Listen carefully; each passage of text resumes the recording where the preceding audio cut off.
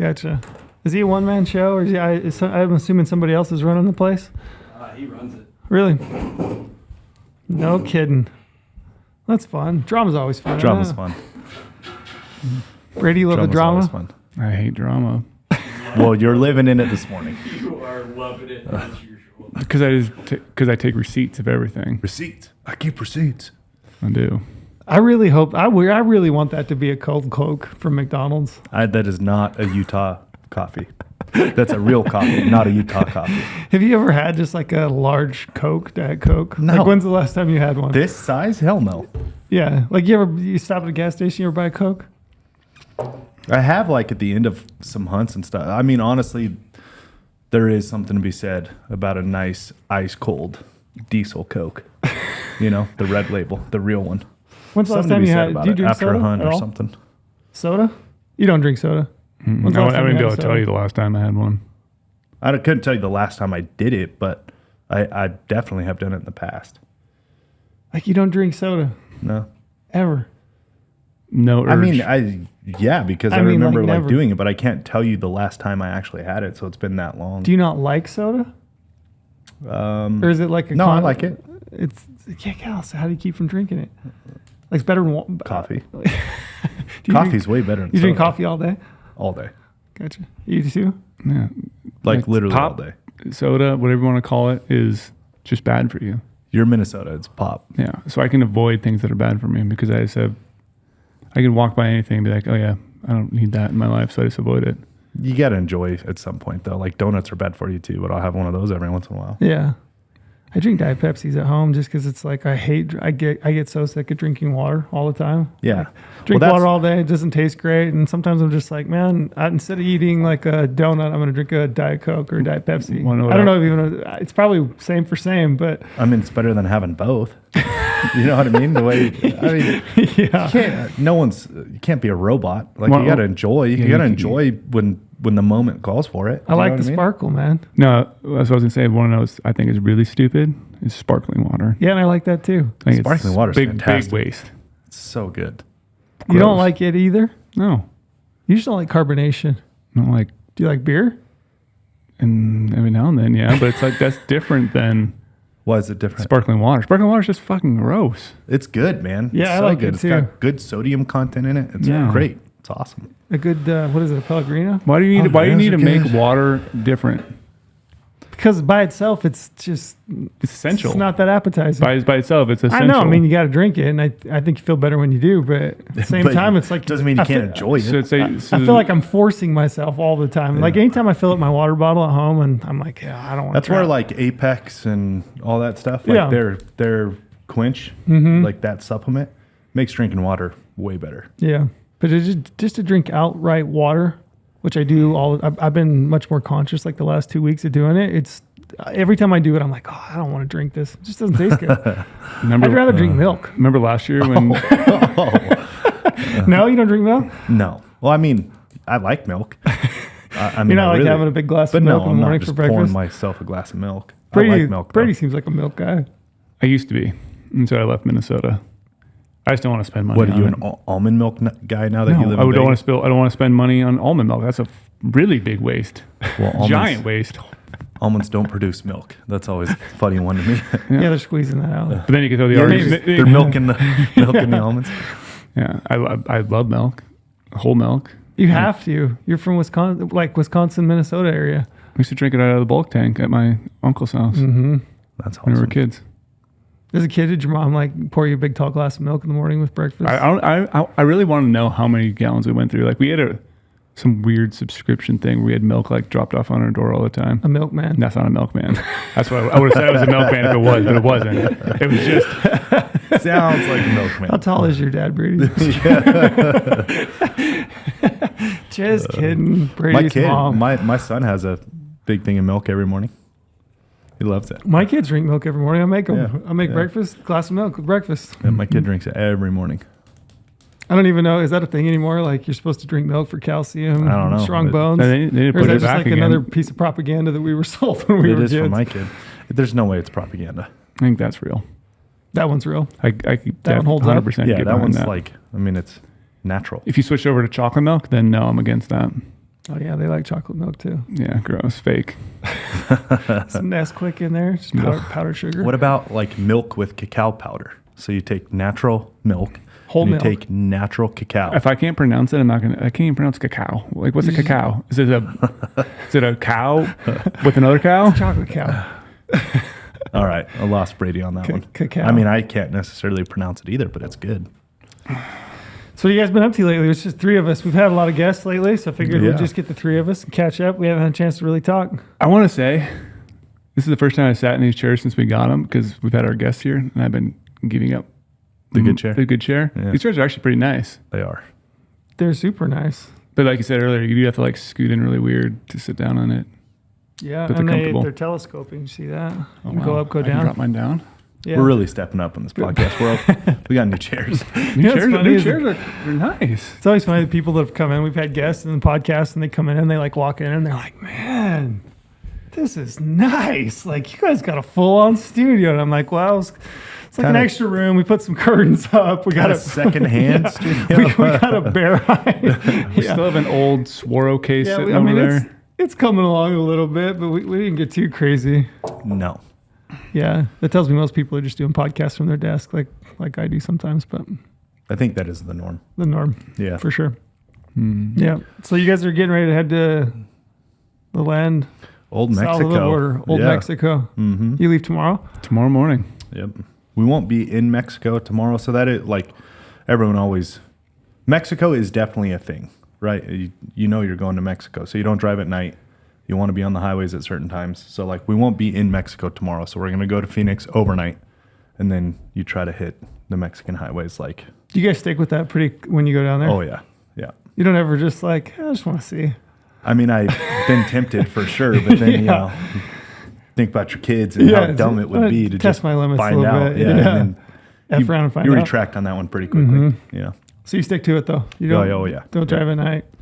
What else? What else do you do? Like what else? What other kind of preps are you like? Do you have to get in order before you go? I mean, south? I honestly would say we probably overdo it, but I mean, you're going to a foreign country. You try to just be as safe as you always can, no matter what. It doesn't matter where I'm going, but wear full camo, just so they know you're a hunter. Oh, really? Yeah, you look like a hunter. Gotcha. You do like I'll wear a camo top. I'll wear jeans, but like I'll wear a camo top, drive on the roads in daytime.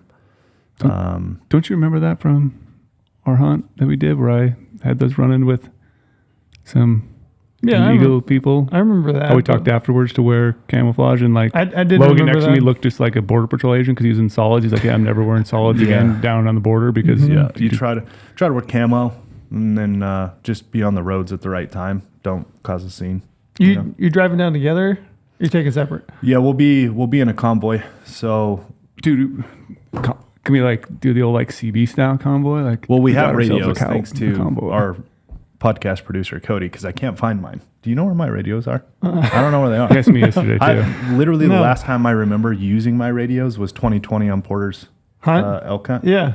And yeah, I don't remember. I have Just- no clue where they are. Just replay that in your head. Don't you hate that? 2020 Porter. And then as your answer.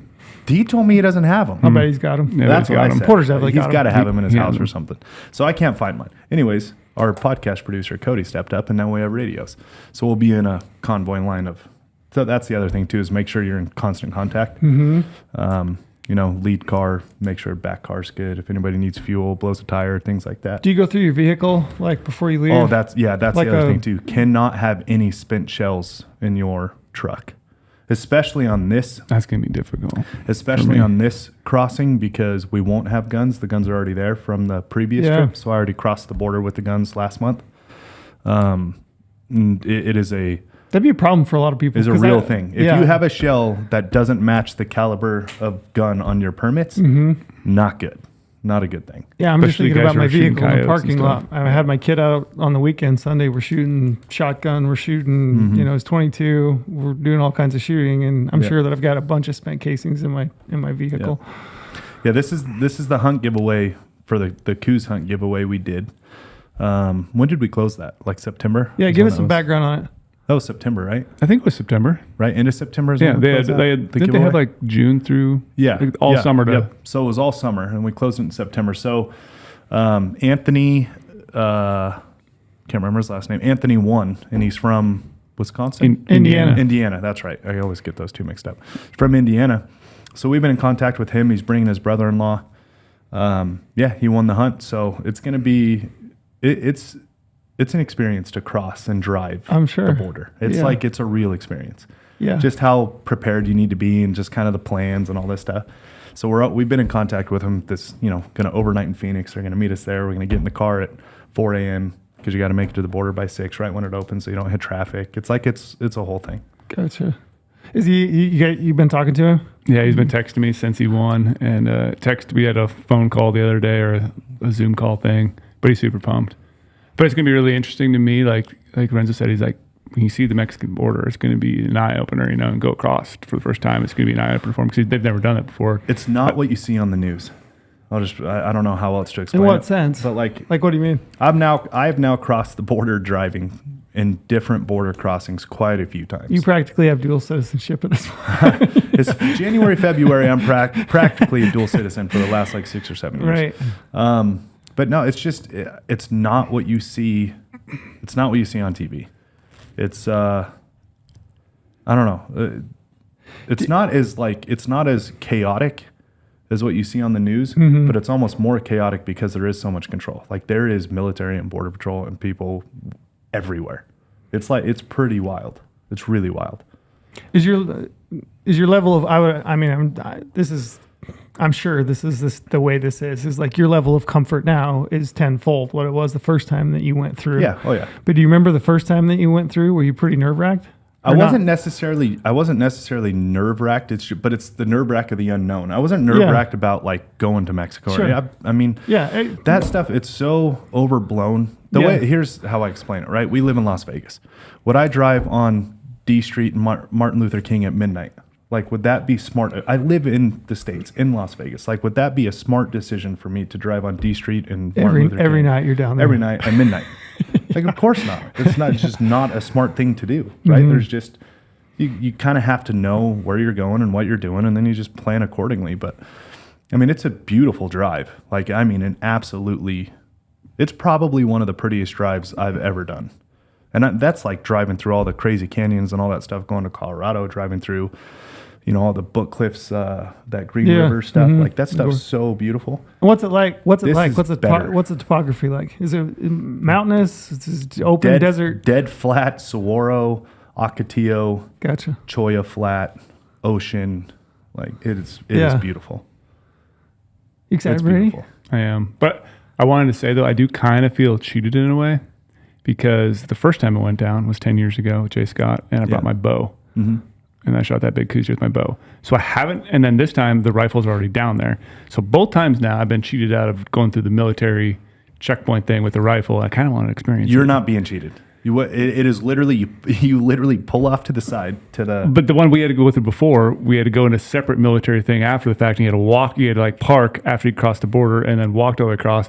And so I had to sit there while all the cool kids with rifles did it, and they're like, "You have a bow?" And I'm like, "Yeah." And he's like, "Yeah, you need to go over there." Yeah. So I sat there and they could go experience, and they were gone for a long time. They were gone for a long time. I want to know what happened. Here's the experience. That's a life experience park for me. I missed out on twice now. Take your gun. You don't even got to use it. Just take my gun. Life is about experiences. Throw one in. See what happens. Yeah. Life is about experiences, but I'm gonna tell you right now what the experience is, and then you won't feel like you missed out on anything. You park in a very certain place because you have to check in a permitted item. Yep. This one has to be checked in with the militia. So you get a militia agent, and then they take you over. You go in there. They go through all your gun permits, and you literally sit in a room and talk and hang out. And they just sweat you, just no, they don't. They don't say a word to you. They're not even with you. You're at a stainless steel desk. With The only time they're with you is on the permit itself, the paperwork. They check that against the rifle and scope to make sure both the serial numbers match. And then you never see them again for an hour and a half, and then they come back and then say, "Okay, you're good." It's literally that simple. It just takes a long time. Is it? I just wanted to. After they cut you loose from the border and you're driving. Yeah. You're just. Do you know where? Obviously, you know where you're going. At this point, you have a good idea of roads where you're supposed to go. I could drive at at night, but I wouldn't. But I could very easily with no GPS, no nothing. Sure. It's really simple. Yeah. What's the process of coming back in Oh, comparison to I going? will say this too. Brady, do you have a very good spare tire? Yes. You do, for sure. Hey, we should mention that I'm taking the old Chevy The old Silverado. Chev. Well, we have Like a rock, baby. She's heard going you- to go from, she's basically, she has. That truck's been all the way to northern British Columbia, That's awesome. and now it's going to go all the way to Mexico. Yeah, that's awesome. Like pretty far south too. So I was doing a little prepping last night and getting all her, Yeah. charge cables and battery cables. And Yeah, you probably spare tire you probably thing. don't want to break down real 'Cause bad. I got my Here- little inflators, little, yeah. So here is the experience of the drive. You will go from the most immaculate highway you've ever seen, like pavement, everything, Yeah. and literally out of nowhere, where like the view is the best, where you know what I mean, just like it doesn't make sense why there. You will literally go into the worst road, literally out of nowhere. Nice. So like you'll be cruising 90, no problem. Nicest highway you've ever seen. Pavement lines, everything is just immaculate. Pristine. And then just out of nowhere, 4-foot potholes and all kinds of shit. You got like have to drive into oncoming traffic lane to get around potholes that are literally too big to drive through. It becomes an adventure straight away. Oh, it's an adventure. What's the population like just across the border? Is there a border town, or are you there's- pretty much desert? There's always a border town on all the border crossings, just because American on the American side, Yep. militia and military, and then Mexican on Mexican side, militia. So there's always big towns right there. Stop and do some sightseeing. But the second we get out of, usually the second you get out of a border town, you really never hit a big town ever again. Gotcha. How far of a drive are you looking? Like, are you driving It's from that so point? south of the border, it's about 3.5. So once we hit the border, it's about 3.5 it's south, poke. just straight south. Yeah. Have you ever had, speaking of like jumper cables and all that stuff earlier, you ever had to Yeah, breakdown. break down? I just did last trip. Because Change a tire. knock on wood, first time I went, we got a flat. I think we got 2 flats actually. We'll have a flat in the convoy for sure. Wow. That's just like a given. Yeah. Yeah, it's a total Given the given. conditions. Yeah, but that's, I mean, you just right. I've got a air compressor. I've got tire kit. Got tractor jack. You just make it as easy as possible. Yeah, Got an just wanna- impact drill. Like you become a NASCAR team. You know what I mean? Like everyone helps. That's why. Everybody in your vehicle has a job to do. Well, and that's why the convoy, everyone's got radios, is because like no one keeps going. You all stay Right, together. yeah. So like if that does happen, pull off to the side. You literally become a NASCAR team. Everyone helps where they can. Get the tire changed. See you later. Gotcha. But yeah, last time, I blew a tire last trip. Brady, you gonna bring me back a souvenir? What kind of souvenir? Oh, I got I don't here's know. a funny story. Something fun. Get creative. Here's a funny story. Maybe I will. Clay Bundy and Parker Fales. Do you guys know Parker Fales? The I know Fales the name. family and Clay Bundy. They are literally, I won't do it enough respect in words right here on the podcast, but they are the greatest people on planet Earth all the way through. They're as good as it gets. And we were down there, this is what, 2-3 trips ago now? And Clay Bundy was driving. Parker was in the truck with him. They didn't have a radio in their truck, and they were the last truck. Terrible teamwork on our side. Yeah, All they the should- lead they should trucks, been in the nobody middle. really paid attention. I was all of a sudden looking in my rearview mirror, and I get on the radio. I'm like, hey, last guy isn't behind me anymore. So we all pull around and go back, and it's like there's quite a gap. Like we're driving back for a ways now. And if it was a blown tire, those guys change Sure. tires every 2 seconds with where they hunt. Yeah. You know what I mean? On the strip, like they break shit all the time. So, like as we're hauling ass back south, this is on the way back home. So we're headed north. Now we're all turned around going back south to see where they are. We finally coming up over these hills, nothing. Finally, we break a hill and we see them in the distance. We all pull up. We're like, what the hell happened? Like, what? Did you like completely break down? No, we blew a tire. I'm like, all of us. There's 4 or 5 other cars, Jay Scott's car, my truck, a bunch of other people. Like, well, how'd you not change a tire in 30 minutes? Like, you guys are the best NASCAR team. Well, they parked on a hill. Everything's like uphill going back home, right? When you're going north, it's all sloped down to the south. And they got their spare tire out of the bed and just kind of set it there. And then they went to working on jacking up the truck and taking the tire off. They look and the tire's gone. So they're all They looking roll around, down the looking hill. around. Yeah. So Parker had set the tire to where it actually could roll Yeah. and roll south. So they're looking. The tire is hundreds of yards down the highway. So Parker has to run down the highway, get it, and then hand roll it all the way back to the truck. I'm like, oh, okay, that's why it took an hour. Got it. So we don't, That's just little. That's funny. Try not to make little mistakes like that. Yeah. That was pretty funny though. Yeah, that is funny. So you talked to the hunt hunter. He's excited. They're really excited. He's been texting me so much. I think he shot a buck this year with his bow. The funny thing is they're strictly bow hunters. Yeah, they never ever probably rifle hunt, right? Never rifle hunted. They said they've been out west, I think once or twice. They did Montana and Yeah, right. Colorado. Yeah. They haven't killed anything though. And they've been insiders for I think 2+ years. Yeah, over 2 years. Yep, they've been insiders over 2 years. But they've using been the out product. west. That's what brought them. Insider brought them to, shameless plug here, brought them to Colorado and Montana. They wanted to go elk hunting. They figured that out. They've been archery elk hunting in those two states.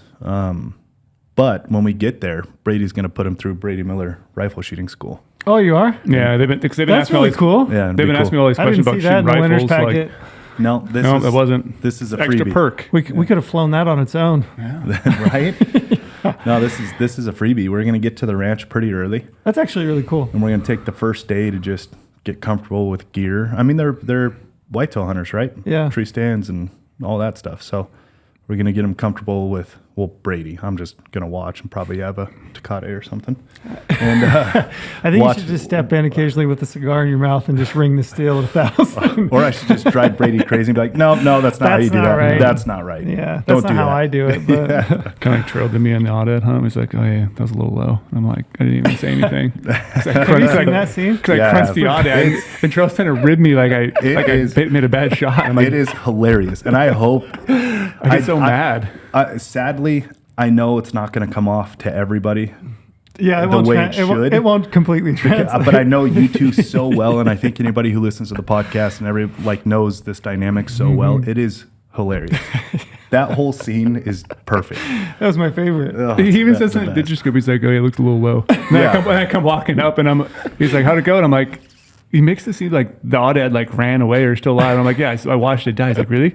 Looked a little low. And in the look on your face, it is the perfect dynamic. That is caught in the moment. The dynamic between all Completely of us is perfect. deadpan. Looked a And little, then you see what happened when I went to shoot his with him. I knew I crushed it. Yeah, but I even told him. No doubt. Well, I knew it too. But I said, yeah, Trail, you crunched it. You couldn't put the bullet any better. And Trail comes up to me like, oh yeah, looked like I might have hit it a little low. Oh, it's the best. I'd love to It's give the you best. some shit. I know, and it comes off so well. I hope people It's because you take can that take for what it. it is. Yeah, that's true. And you also have to understand that, and I think most people are like that. You really only give shit to your buddies, right? Of course, that it's you true. really like. That's there's a saying going around on social. Social is not the best place, but every once in a while you see something, and it is such a true saying where true friends talk shit to each other's faces but cheer behind their Yeah. backs. There's no better friend than that. Yeah, That's for how sure. you know if somebody's really your friend. Yeah. If they're giving you shit, they're Yeah. your friend. Yeah, if I'm not, you Yeah, exactly. you should probably wonder. No, that's cool. So that's why I'm really excited because they've been texting me about what distance to be practicing with the rifle because they've been borrowing some rifles and practicing this winter, trying to get all dialed for it, asking me a bunch of gear questions. And It's going to be such a foreign concept for them. This whole entire hunt's going to be so memorable. especially going after a coos in Yeah, Mexico. for sure. They saw, because we posted it on goHUNT, so Adam and I went to the range. I wish it was Brady, but Brady was hunting, of course. So Adam and I were out at the range, and we doped the guns out to 900. And they text Brady immediately, like, "Hey, are we gonna have to shoot?" And we're like, "No, dude, not gonna have to that's shoot at literally 1,000 just for yards. the You math. have to qualify. It's literally just to validate the math backwards. Like, no, definitely not that far. 900 yards. Yeah, Yikes. So I got a statement for you guys that I keep hearing on. Again, we're talking about social. We're going to Mexico. We're hunting coos. People always say that the only people that go to Mexico to hunt coos are the ones who can't kill big coos in Arizona. What do you think about that? I've never heard that before. You never heard that? Never heard I heard that. that all the time. Every single person who goes to Mexico, I read the comments, that's usually what it is. Or some funny meme page is talking about, the only people that go to Mexico are people who can't kill big coos in Arizona. And here's my thoughts behind that. Oh, the people. Like, I get fired up about this. Well, I have a very. Wait, I have a do you very- have an- do you I've only have been an to Mexico. opinion? I've only been to Mexico once. Because I don't. I can't tell if you have an opinion. I have a great opinion on this. Yeah, run with it. So my opinion on this: people who go to Mexico are the people that don't want to hunt coos in Arizona and want to use their points wisely and hunt the better species in Arizona, which is mule deer. Why would you burn them on coos when you can go to Mexico and shoot a bigger coos? So it makes sense to do that. Yeah. People are like, oh yeah. I just don't have an. I mean, I have. I see a shit ton of deer come out of Mexico that are coos deer that like you could hunt in Arizona. I just see it as an extra opportunity to go someplace and hunt. Yeah, I have a And- very simple answer to this. and Not they- even like no attitude or anything. I can't hunt Arizona in February. Yeah, It's like so simple to me. But If you tell me I can go on a hunt, I don't care where it is. Like if it's some time where I can't hunt anywhere else, yeah, I'm going. I think if you have the means to go to Mexico and hunt coos deer or mule deer, and it's something you want to do, knock yourself out. Yeah. I don't see really any difference between that and Arizona. This is again though, coming from Arizona people, which they got Suspect. It's very opinionated, and it's the coos hunting crowd, Dude, which the Coos- also it's like a cult following. the Coos crowd is hardcore. I mean, I got a lot of they, respect. They for kill them. some big coos in Arizona. They kill some big coos in Mexico. I know, but It's that's just hunting's hunting. That's like- the way I think too. And it's like, Why- okay, well, they're not hunting in Arizona. They're going to Mexico for an opportunity. So they're not taking away your coos opportunity in Arizona. So you should be thankful that there is people willing to go to Mexico to hunt coos Yeah. rather than try to draw a tag. And I'm just not coos crazy enough to go to Mexico. I don't think, I or am- Arizona. I've done it a couple times, but not. I am going to use my Arizona points for Coos. 100% I'm going You to. are. I've been so fortunate with mule deer in other places. Like I don't know. I'm not going to wait my whole life to hunt mule deer in Arizona one time for one place. Well, the You know thing what I mean? I mean, you say the better species in Arizona, but arguably the better species in Arizona It's Coos. is Other coos than deer, if you're other north than of the maybe ditch, then 2-3 units. yeah, if you're north of the ditch, then yeah, it's a different story. But to 99% of the people, if you were looking at, and we're going to get into costs and applications a little bit later, but if you're looking at Arizona, real objectively, the best use of your points is for coos deer. Do you think that fully, Yeah, honestly? yeah, I do. Do you think people who get on their over-counter tag are like, I'm going to go down there and hunt coos deer, I'm going to hunt mule deer? Well, I think they think they're going to go Well, hunt mule deer, but what? yeah, exactly. Well, it There we depends go. on your. that's that OTC thing though. But They can your hunt 'em everywhere. points, if you're banking points and doing that, like I want to hunt a specific Coos unit one time in my life. It's the best Coos unit. And I have enough points to draw it either next year or the year after finally. And then from there, I'm going to draw a Coos tag every 2 or 3 years on some, the relatively decent units because they are the. So I mean, if you look at it that way, they are the more opportunistic, better species of Arizona because you have so much more opportunity for. And good- as far as trophy good hunts. potential goes, they're far and away. Your odds of killing a big coos deer in Arizona are No, better than they I are would say- killing I a would big say the mule same deer, thing. for sure. Yeah. Yeah. And in the meantime, I'll be in And their Mexico. populations are doing great. Yeah. And in the meantime, I'll be in Mexico. And when I draw the Arizona tag, I'll hunt it in December, and then I'll go back to Mexico in February. Just Yeah. another opportunity. I was looking at it the other day, and like you said, you can draw it relatively easier. Like I can draw every single coos deer tag in Arizona right now except for 4 units. I can draw every single one except for 2. Yeah. So I have like plenty of points. Yeah. And the ones that are above, yeah, sure, they might be great, but like I can still find one that's equally as good. Yeah, I'm in a no man's land on that though. Like I'm 2 points away, so I'm gonna ride it out to just hunt it one time, and then from then on, I'm gonna draw every 2 to 4 years. Yeah, I think I'm 3 points away. Yeah. I'm right And there. I'll be in Mexico in the meantime, and on the year that I have that tag as well. But I'm going to hold strong. You're gonna hold strong. What made you bring that up? Do you got to burn your saddle about that? People that say that? No, I think it's funny how people are just jealous about things in life.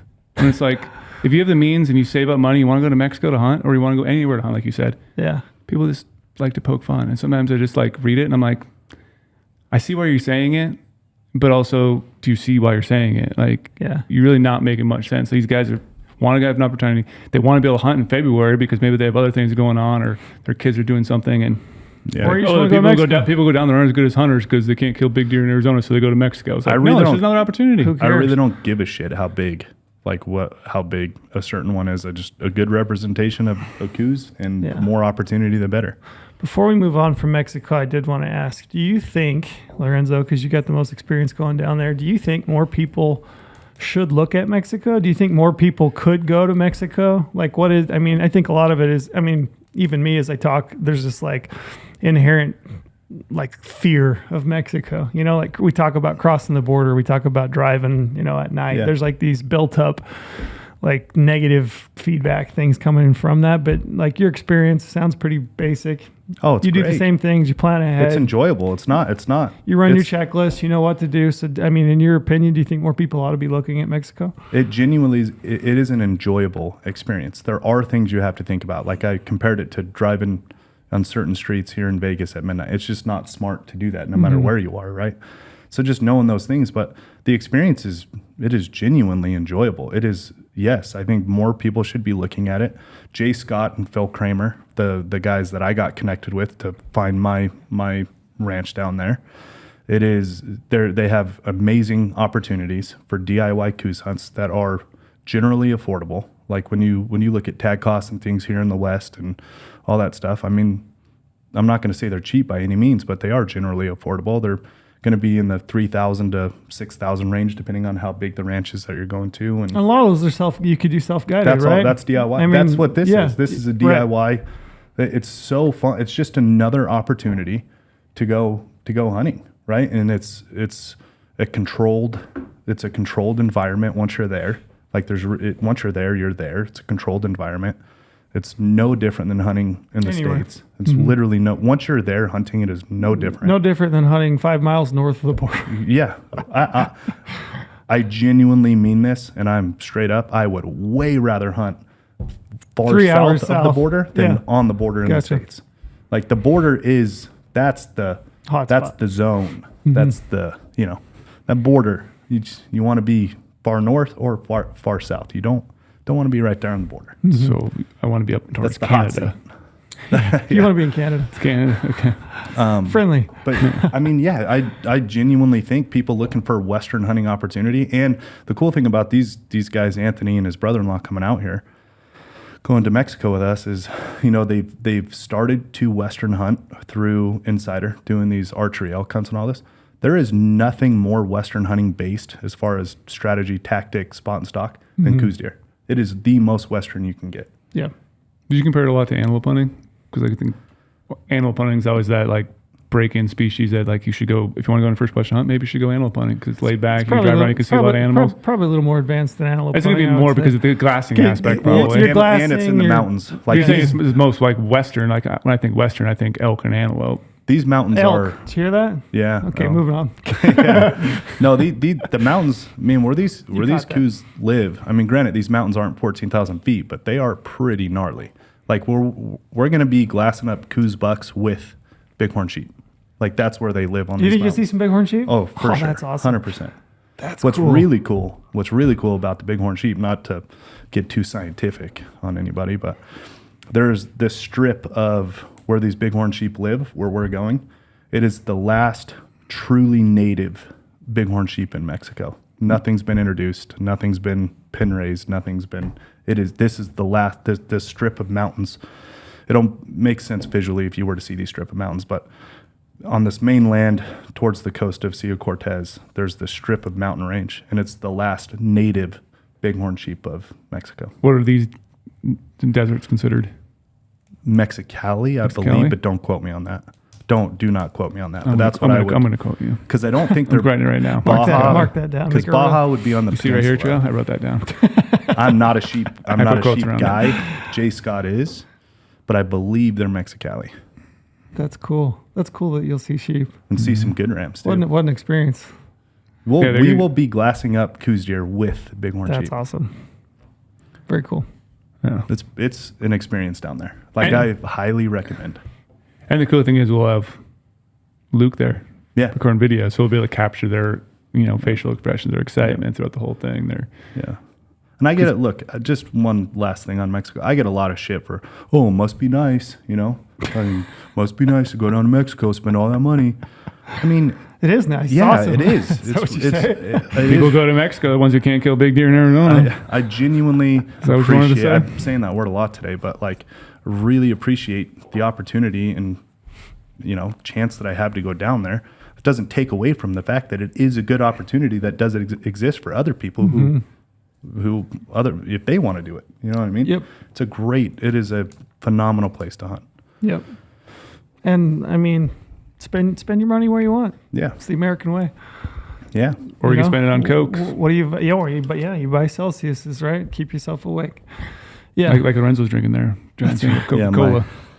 My Utah coffee. there you go.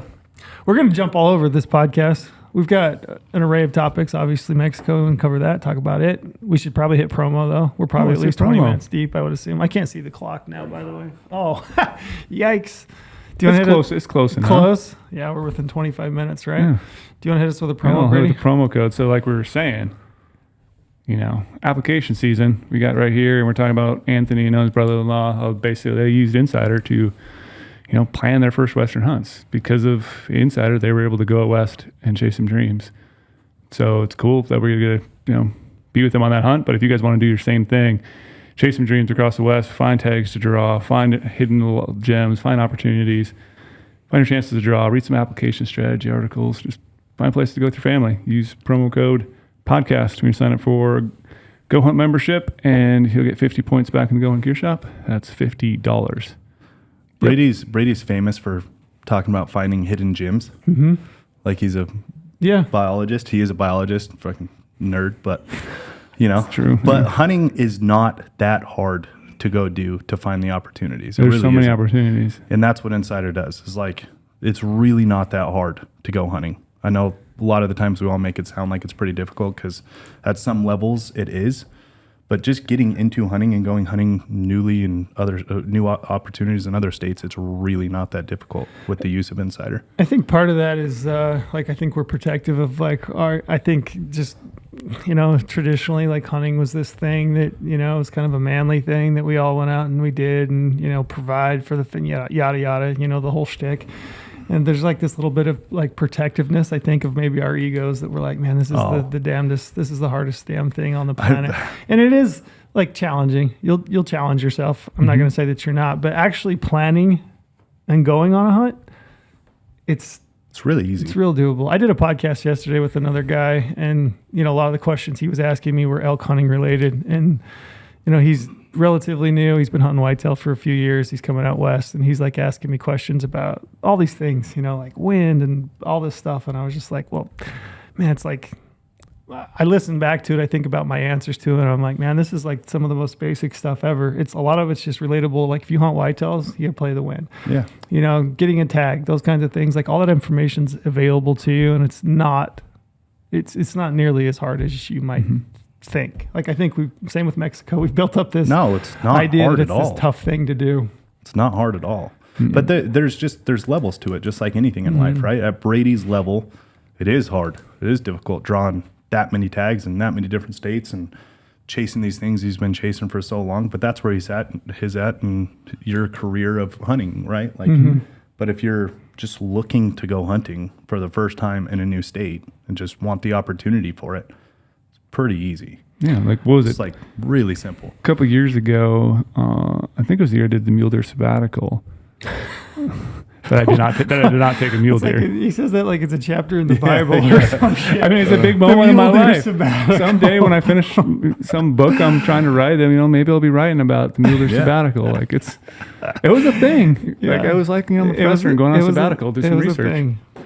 I think that year I had 5 or 6 mule deer tags. Like literally had 5 or 6 mule deer tags, but I turned in a bunch of them because I had too many. But that is difficult to draw that many tags. You really got to play a crazy game and look for those nuggets of but at the same time though, they were all relatively easy to draw. Like I was picking up tags in other states that people don't think about. Yeah, true. Like very true. Easy, the leftovers I can pick up a couple of different states, like multiple states. I had 2 mule deer buck tags because you can do that if you really figure it out. Like there's opportunities there.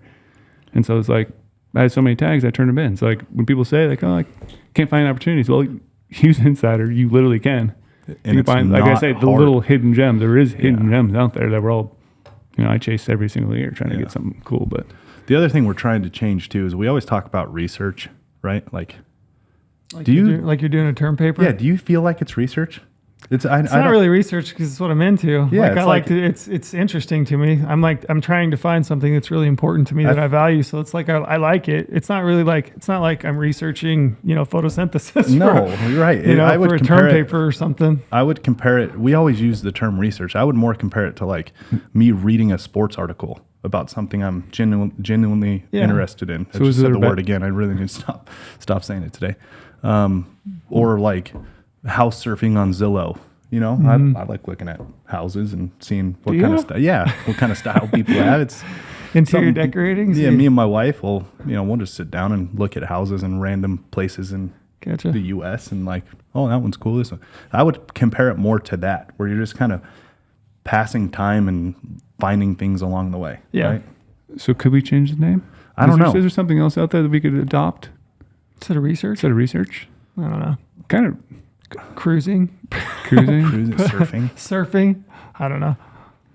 I heard something the other Shopping. day. This is a little tidbit, kind of go along with some of this new stuff. I listened to a new hunter the other day, kind of explain, and I don't know if it really registered ever or like resonated like it did when I heard this person say it, but they basically said they're looking at their tag, their opportunity to come out west. I think people get really bogged down and like, if I go out, if I do the surfing, I find my tag, I find my opportunity to go hunt, I get my tag and I've invested the money into it to go hunting, and I go out and I hunt, and they feel this like pressure till I have to make the most of this. This is my one chance, And I think this person was explaining, like, if you look at that and you're new to hunting the West, if you're coming out on a mule deer or an elk hunt, if you're looking at it like pass fail, if you don't get one, like you failed, that's like the wrong way to look at it. And I think if this person explained that they look at that opportunity to go is the experience is the success. So, you come home without an elk, it was a success. If you learned something, you did a trip, you did an adventure. I think a lot of the time we get real bogged down into like, if we didn't succeed, and that's the goal, I get it. Believe me, I know how bad I want it when I'm out there, but I think I don't spend nearly enough time thinking about a hunt being a success just for the experience that it was. My time to get away from work, get away from everyday life, get out, disconnect from reality a little bit, and just kind of hunt, be in the woods and hunt and see animals. Yeah. So I've gone empty plenty of times. We all have. Yeah. Right. But success to me is always been, if I enjoyed it enough that I would do it again. Mm-hmm. Like that would always be my definition of success. Yeah. Was that a fun enough thing that I would go try it again? Yep. I agree. Yeah. And in terms of a vacation, it's cheaper than a lot of vacations. It's better than a vacation. Yeah. It's way better than a vacation. Yeah.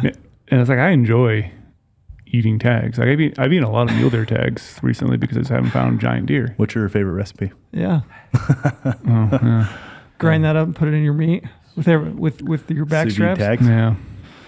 But it's like, I enjoy the chase. I enjoy trying to find a big old mature deer, and I'm happy to walk away. But I'm also at a stage in my life where I'm a little bit more happy to walk away. Maybe if I was younger, I would definitely feel a little bit differently. If I hadn't shot anything yet, it might seem like a failure. But like, you just got to take it, like you said, for what you're looking at. Looking at an adventure side, you're looking at just going out there and challenging yourself, challenging your mind, challenging your body, or do you want to punch a tag? I just think it's good to have like a little bit of perspective from time to time. Mm-hmm. For sure. Put yourself, back in that place. Kind of take it for what it is. And it is hard to have perspective around here. For sure. With everyone out in the field, and everyone's got a tag somewhere good usually. I mean, Ethan sheep tag this year. Yeah. You kill a buck of a lifetime this year. Brady draws his elk tag finally. It's hard to keep perspective around here. But that is what it comes down to is, really, in the general day-to-day life, like the perspective is just going hunting. And that's not the hard part. Finding tags, finding opportunities is not the hard part. And then enjoying it when you're out there, right? That's the success of it. Yeah, I agree. Rest of the podcast, we're going to kind of jump around. Like I said, you guys have been to SHOT Show lately. I was curious as to how... That we have. I was curious as to how SHOT Show went. And I've had people ask me like, oh, did you go to SHOT Show? What'd you see? What do you like? And I didn't go this year. It's been actually a couple of years since I've been to SHOT Show. It's not my favorite show. I'll say that. So I was curious as to you guys. What'd you see? What'd you like? Anything jump out at you? Well, you already answered right there. It's overwhelming. As a guy who loves guns, I love rifles, love everything about it, reloading, shooting. Was it about the same this year as far as layout, where it feels like it's just spread out. It's the same thing. You might walk everywhere. by a backpack that or something that you're interested in, a knife. I remember the times that I've gone. You might walk by like an outdoor edge booth and you stop and you look at like knives, see what they've got going on, and then you're gonna walk by like 15 AR parts and pieces booths, and then you might run into Zeiss or you might run into Vortex or whoever it is. But is it still kind of the same? Yes. Still kind of the same. Yeah. Gotcha. Yes. I wish they'd organize. sure. I wished it was like. How a would little you more, organize it differently? I don't know. Apparently, And I know what I'm doing. It seems to be working. Apparently, I'm going to talk about something else I don't know shit about, so get myself in trouble here. But apparently, it's like there's some level of seniority there, where like the longer you've had a booth there, you kind of like work your way up to be on that second floor in the main level. Yeah, so it's not necessarily, as I understand it, very well could be wrong, been wrong a lot, but as I understand it, like it doesn't matter who you are, what you're selling, what you're doing. If you've had a booth there for longer than, and something comes available on the second floor, you have first shot. Oh, gotcha. To get If you've been participating so for that's long why it does kind of feel like that. But Does that make sense? Yeah, gotcha. It's also slightly do those little trackers they have in that.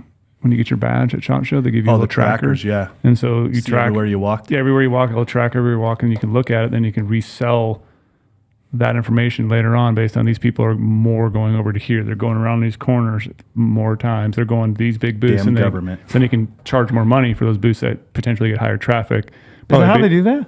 Yeah. I feel like- It's I gotta feel be. like- So it's what we were talking about when we were there. Like, it makes sense. Like, you could use that data to then charge booths more money because, like, hey, this corner booth right here, it's going to see a lot of traffic because it's near God, this that's kinda exit wild. or this entrance, and you're near this other booth that's always been here. So there's more traffic there, so you can charge Yeah. more for it. And That's that's a why lot. probably that seniority gets built up. But, like, you can Yeah. see that stuff. So we always rip our trackers out. That's that I never really thought about those trackers, but you're Yeah, it makes entirely right. It makes a total ton of sense. sense. But I also feel like if there was ever a crowd that would be against being tracked, it would be That one. that crowd. That's why You know you what can I mean? instantly Mm-hmm. grab it and toss it out. I mean, it's probably Everyone does. probably everyone does. What'd you guys see? See anything cool? You have a new Browning That's the- rifle? That's the hard part. Like, so we're going there, we're walking around talking to, people that we kind of know. We're selling the gear shop. We're trying to see some new things here and there, or just have some meetings, So I think if you did SHOT Show justice, you would literally kill your legs, kill your body. because you The have to the best times I've ever done is that's what I've done is I've gone with absolutely no agenda, no meetings whatsoever, no people to catch up with, and I've just walked. Yeah. Those have been the best ones. Because it's hard because like you said, you walk by everything starts to look the same. Everything starts to blend in. All right, some whatever, different gun parts, different guns, different optics, bunch of knives, bunch of stuff that shouldn't be here, but somehow it gets in every year. And then it's like you'd have to actually stop and talk to people because there was things that I actually walked by. When we walked by AMP, the annealer that I use for annealing my brass. Cody was like, "Oh yeah, there's your annealer you use, Brady." I was like, "Yeah, looks like don't have anything new," and just walked right by. I get home that night. I didn't tell you this, Cody. Get home that night. I see they had a new update for it. They just had a new touchscreen on the annealer. So I couldn't see that by walking by really fast, but it looked like they said standard. There's just being here at the booth, but they actually had something new. So if I would have needed to stop there and talk to them to see it, or I saw it on Instagram later. So I think it's really hard to go through all these things. Be like, what do you see new this year? It's like. I would always pick up the SHOT Show magazines they do 4-day, and I would cruise those and look through the products that people picked out, and I would try to go check those out. Yeah, there's a lot in those books. And that's what's hard. But the thing that I thought was cool maybe is just there is more chronographs being built for rifles. I think is pretty unique. More like. You played with the new Garmin one? That one's making waves. Yep. So Adam actually got it earlier, and unfortunately I missed out on buying it because I was on a hunt. So they sold like hotcakes, and then we ordered a metric ton more. And finally, I was able to get one. 'Cause I even used the little notification thing on our website to buy something. People say like, "Oh yeah, you guys get free stuff." No, I paid for it. I literally paid for it. What I want. I pay for what I love. Like I love gear. So I literally went on our I bet website. your ass you guys pay for it. I mean, shit ain't being handed out free. Yeah, It's been like- bought by the company. I can promise you When people that. look at my gear list and they make fun of my gear, it's like, yeah, I pay for that stuff. It's like, Of I course. don't have all the perks in the world. I have some, but I literally went on there, clicked the notification, send me an email alert when these come back in stock. And I would say I know everyone here, so I'm like, whenever they come in, to let me know as well. So I finally got a hold of one. Must be nice. Yeah, must be nice, man. I even posted it on my story and I was like, hey, there's still a bunch left. Sure. But like, yeah, like that Garmin chronograph is amazing. You can just set it up and shoot. Work for a bow? Yeah, it worked for a bow. Yeah. That's what's cool about it. Like my other chronographs, yeah, they work, but I have to set them up, and I had to build or buy an off mount thing so it doesn't sit on my barrel for point of impact shift. So like the Garmin just works. Is it just chronograph, or does it do anything else that I'm unaware of? Chronograph. Chronograph, yeah. Gotcha. We used when we did these Mexico guns for this Coues hunt. We used Adam's Garmin. It is so easy. Mm-hmm. It's pretty incredible how easy it is. Just set it up and Just right there. Yeah, Just set it up. and it just I don't know. It is. You don't have to point it. wildly You don't have easy. to aim it. You don't have to like make it perfect. It just works. that's cool. That's what's cool that other companies came out, like Lab Radar finally did, and it's like, well, That one's cheaper too, isn't it? The lab. no, they're actually did the exact same price. It is the same. Yeah, but I don't know if I want to talk about my opinions on the podcast, but like I don't think it's That's too what the podcast is for. too Let's get ourselves in trouble. Seems like you too should. late, too late dropping that one. And they've had some issues in the past, which that's why I didn't go with that model. I'm sure it's great, people love it, but it always had alignment issues, and now they just released theirs after Garmin did. So it makes me feel like, well, they had to show their hand that they're still existing because those things were flying off the shelves at really cheap dollar amounts. But I got to see the unit in person. I talked to the guy. I did like it's all metal construction. You know, supposedly it has a higher beam divergence thing, whatever you wanted to call it, for their little Doppler Yeah. deal. But I don't know, just seeing cool stuff like that, and just seeing like people are advancing in some technology stuff to like make a Did you guys stop in Saguaro? yeah. Did you the new bino that's for birders? Is that my understanding? No, Is there any application to that in the hunting space? I don't think so. Do you know? Well, I didn't really look too much I did into not it. go to their booth, but the Swarovski Optics CEO, right? It was just the Optics CEO, right? He came by with our rep and someone Stuck else. at the office. Yeah, by the office on Monday of SHOT Show. So I wasn't. They came here. I wasn't down at the show, and I talked to him about that.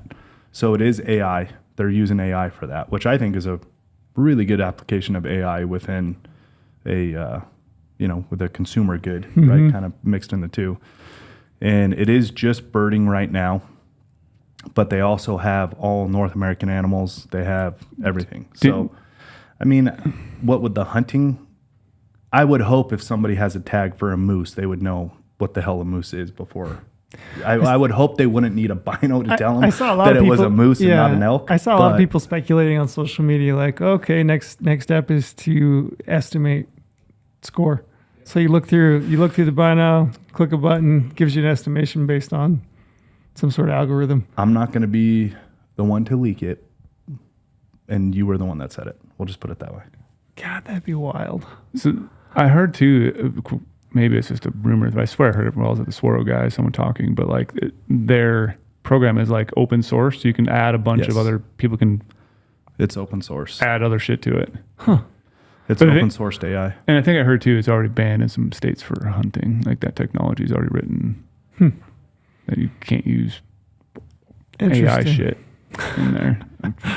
Wild times. Wild, right? Well, it's the Wild West of AI. Yeah, that It's like, wild where's it going to times. go? You know? Yeah. There's the applications for it are endless. I'm not- Obviously, you can do yeah. anything. I'm not big on it. I'm not for it. I don't like it. I feel like there are certain things where, I don't know. This is where I Just, draw my line.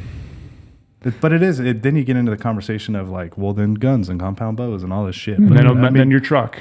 Okay, Yeah. this is walk everywhere, boys. but AI is wildly powerful. So it's just kind of a weird concept. But yeah, supposedly they have some other applications for ideas for applications within hunting. Yeah, and I just mean, kind it of only seems letting you logical know if it's that a moose or an elk. they would be looking at it. Did you stop by Browning? Yep. Anything new to report? Yep. So I've actually, we dropped the video the same day I launched it. But yeah, I had that prototype rifle for a while. Came out with the carbon fiber barrel. They have a really great shooting rifle. So it's lighter than yours. But that's the thing. Like people even were joking on there. Like, what's Brady doing? Have a carbon fiber 22-inch barrel. Then he puts they quote it as like a 4-pound scope on top. It's not a 4-pound scope, by the way. It's 4.5. I think it's like 34 ounces.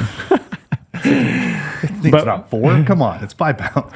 But like, yeah, I wouldn't shoot a I 4-pound wouldn't shoot a scope. carbon fiber rifle to help save weight. The weight savings is minimal. Mm-hmm. For most people, like it just looks cool. I think that's why people like it. People asking about carbon fiber barrel from Browning Forever. So they delivered. They asked, they delivered. So it's a preferred barrel blanks carbon fiber barrel. What was yours chambered in that you shot? 300 PRC. Gotcha. And that was the only test one they had available. And the guy I know at Browning, he had killed a moose and a grizzly with it early in the year. And he's like, Brady, don't mess it up. Like, this gun's been killing a lot of stuff. No bad juju on it. Yeah, so I was trying to take it on my one of my other mule deer hunts. I was only able to take it on my last one with my family. But I crushed a deer at, I can't remember what it was, 325, 350. Deer went like 15 yards and died. But I was shooting big bullets. I was shooting, 225 grain. Oh, wow. Hornady ELD. Damn. Packed a wall up. Yeah. 2.8 pounds. That's bare rifle, 2.8 that rifle pounds? scope? 2.8. Oh, that's the scope. Yeah. What's the gun weigh, do you know? 6 pounds, 9 ounces. 6 pounds, 6.9, I think it was. Gotcha. 69. Nice. There you go. Yeah. Way to go, Sweet Brown. And there's a lot of different offerings Sweet too. spot and weight. They Bill have and some other Ted. ones with they have some other ones with actual 26-inch barrels, but like I said, I just got the one that they had available, and 300 PRC was the only one. So shot phenomenal. We did a little video where I actually went out to the desert, and people were like, "Why don't you do a 3-shot 100-yard group on paper?" And it's like, Yeah, why didn't you, Brady? why do I need to? 100 yards is so easy to shoot, and I can stack them in there. Yeah, it's going to be half MOA, 3/4 MOA with the factory gun, maybe because I'm not using reloads. Then I was like, I'm going to do it at 900 yards. So I did a 3-shot group at 900 yards, and 2 of the shots were touching. And then I was like, well, we're here. Let's send it at a mile. So I have a rock at my little training grounds where it's 18 inches by 12 inches. So it's just under a minute of angle, or right at a minute of angle, actually, for the distance this is, because this distance is, it's actually over a mile, so it's 1825. So it's over a mile. And I was like, Cody, let's just adjust my little bag over here, aim at my rock, and I've never shot this gun at a mile. Let's see what it does. And this is where I've already gotten comments like, oh yeah, we knew Brady wouldn't miss at a mile because it's being filmed. Like, we didn't cheat anything here. I even said in the video, like, Cody will sign his life away that this was first shot at a mile with this rifle. I've never shot it before. And this is on camera. This is the first shot of this day. And literally it was like maybe that high above the rock. So like it's right in where it should be. Like first shot, 1825 with a 22-inch carbon fiber barrel. 22-inch? 22-inch barrel, yeah. Short barrel. Yeah, Don't short know barrel. Don't know if that is short or not. But I mean, I've looked at enough barrels to know that they come in 26s, 24s, Yeah. and 20, Yeah. 22s. Is that right? Yeah, it is on the shorter side. But I mean, I couldn't tell you why that matters really, but But at least some people are like, longer's Brady- better, right? Always. it always is. I'd rather have a 30-inch, but yeah. 30-inch barrel. Yeah, beggars can't be choosers. But yeah, like people are like, oh, Brady's giggle after he shot. Like you can tell it was real because I literally was like, I was even surprised. It is pretty impressive, honestly. What Like you can take a factory rifle, I can stack him in there. did you say what they're calling it? X-Bolt 2 Pro McMillan SPR Gotcha. carbon fiber. Do you know MSRP? Probably off the top of your head. I think it's right at 4,000. Okay. And that's, like I said, that's 4,000 for the 300 PRC 22-inch. I'm not sure what the other ones are. They'd come out with another one that has adjustable stock, and you can move a bunch of things on and adjust the comb, adjust the grip, adjust the forend Gotcha. of the stock. And I'm not sure what those MSRP is, but they basically redesigned the X-Bolt and kind of just refined it a little bit. Now they call it X-Bolt 2. Some new features on there. And then obviously the carbon fiber barrel, which I know a lot of people like. Mm-hmm. New offerings, and it shot great. Anything else you saw that was cool? It Off shot. the top of your head? Did you guys follow along with, I bring this up. I don't know if they were there or not, but did you guys see this at ATA? There's a company called Quiver AR or Quiver. It's an app for Mac, and essentially, or your phone, iPhone. But essentially, what you can do is you shoot an arrow into a target, like a 3D target, and it'll pull up on your device, and it'll give you. So you basically hold your camera, or on your iPad or whatever it is at the target. And, with your arrow and the target that you just shot, and it will project, it'll show you that target with vitals in it. So you can see heart, lungs, you can play with the rib cage, remove it, you can like go back and forth to like look to give yourself an idea of like where the vitals are on the animal. And it's like specific to the animal. So if you're shooting an elk target, they have an elk it'll recognize that it's an elk if you're shooting a whitetail or mule deer or antelope or whatever it is. But it'll basically project, that target with the vitals, rib cage, everything, and you can kind of see where your arrow hit. So like in the video I watched of this guys, like they were shooting it at like different angles, frontal, from an angle on a tree stand, quartering away, quartering to. And I don't know how much you'd use it, but like it was pretty cool to just like give yourself a very real check on where vitals are on animals. Sounds awesome. So we need to go. It's pretty sick. We need to go back a second here. So you're talking about, are you recording it and it's giving you can look at afterwards of the animal you killed, or is it just representations of different animals? Representation of different animals. So okay. The way that I would see it being used is, so you're practicing for your hunts. You're going out and you're shooting 3D targets. You're shooting from different angles. So like a frontal shot, right? I mean, how many people, I've taken frontal shots, I've killed elk many of them that way, right? I couldn't say that like I have a divisive aiming, like a for sure aiming point, on a frontal. I just kind of know, okay, if I hit here and based on my experience, this is where I need to be to kill the animal. Same with like a, quartering away. Everybody talks like last rib, aim for the opposite leg and whatnot, but you don't ever really get a chance to like see where your arrow is in relation to organs, lungs, heart, liver, stomach. It's pretty cool just to give yourself a reference of like, okay, this is actually what this arrow is doing. And I'm a visual person. That's right up my alley. That sounds awesome. Yeah, it was pretty cool. Do you remember what it was called? Because the reason I asked, we've talked about this technology on the podcast before, way earlier in the day with Neville. And because I used to have an app on my phone back in like 2014, 2015 that could do the same thing. And then I mentioned the app on the podcast and someone came back and was like, hey, I looked up that app and it no longer exists anymore. And it was actually when we were in, I won't say the state, when I shot that big giant 208-inch deer and lost it with my bow with you. We were actually looking at that app later that night, and you could do similar things. You could like tap on it and it would show you the angle of a projectile going through it.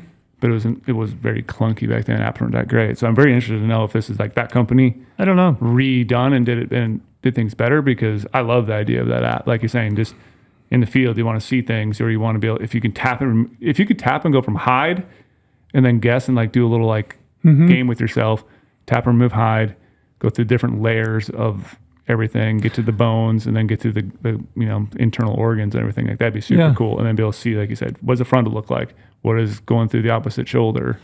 What I thought was cool about this is like as you're practicing, you're actually seeing your arrow. So like it's showing your arrow, projecting your arrow as if it had continued through this animal. Right? Is it just an arrow, or do you have?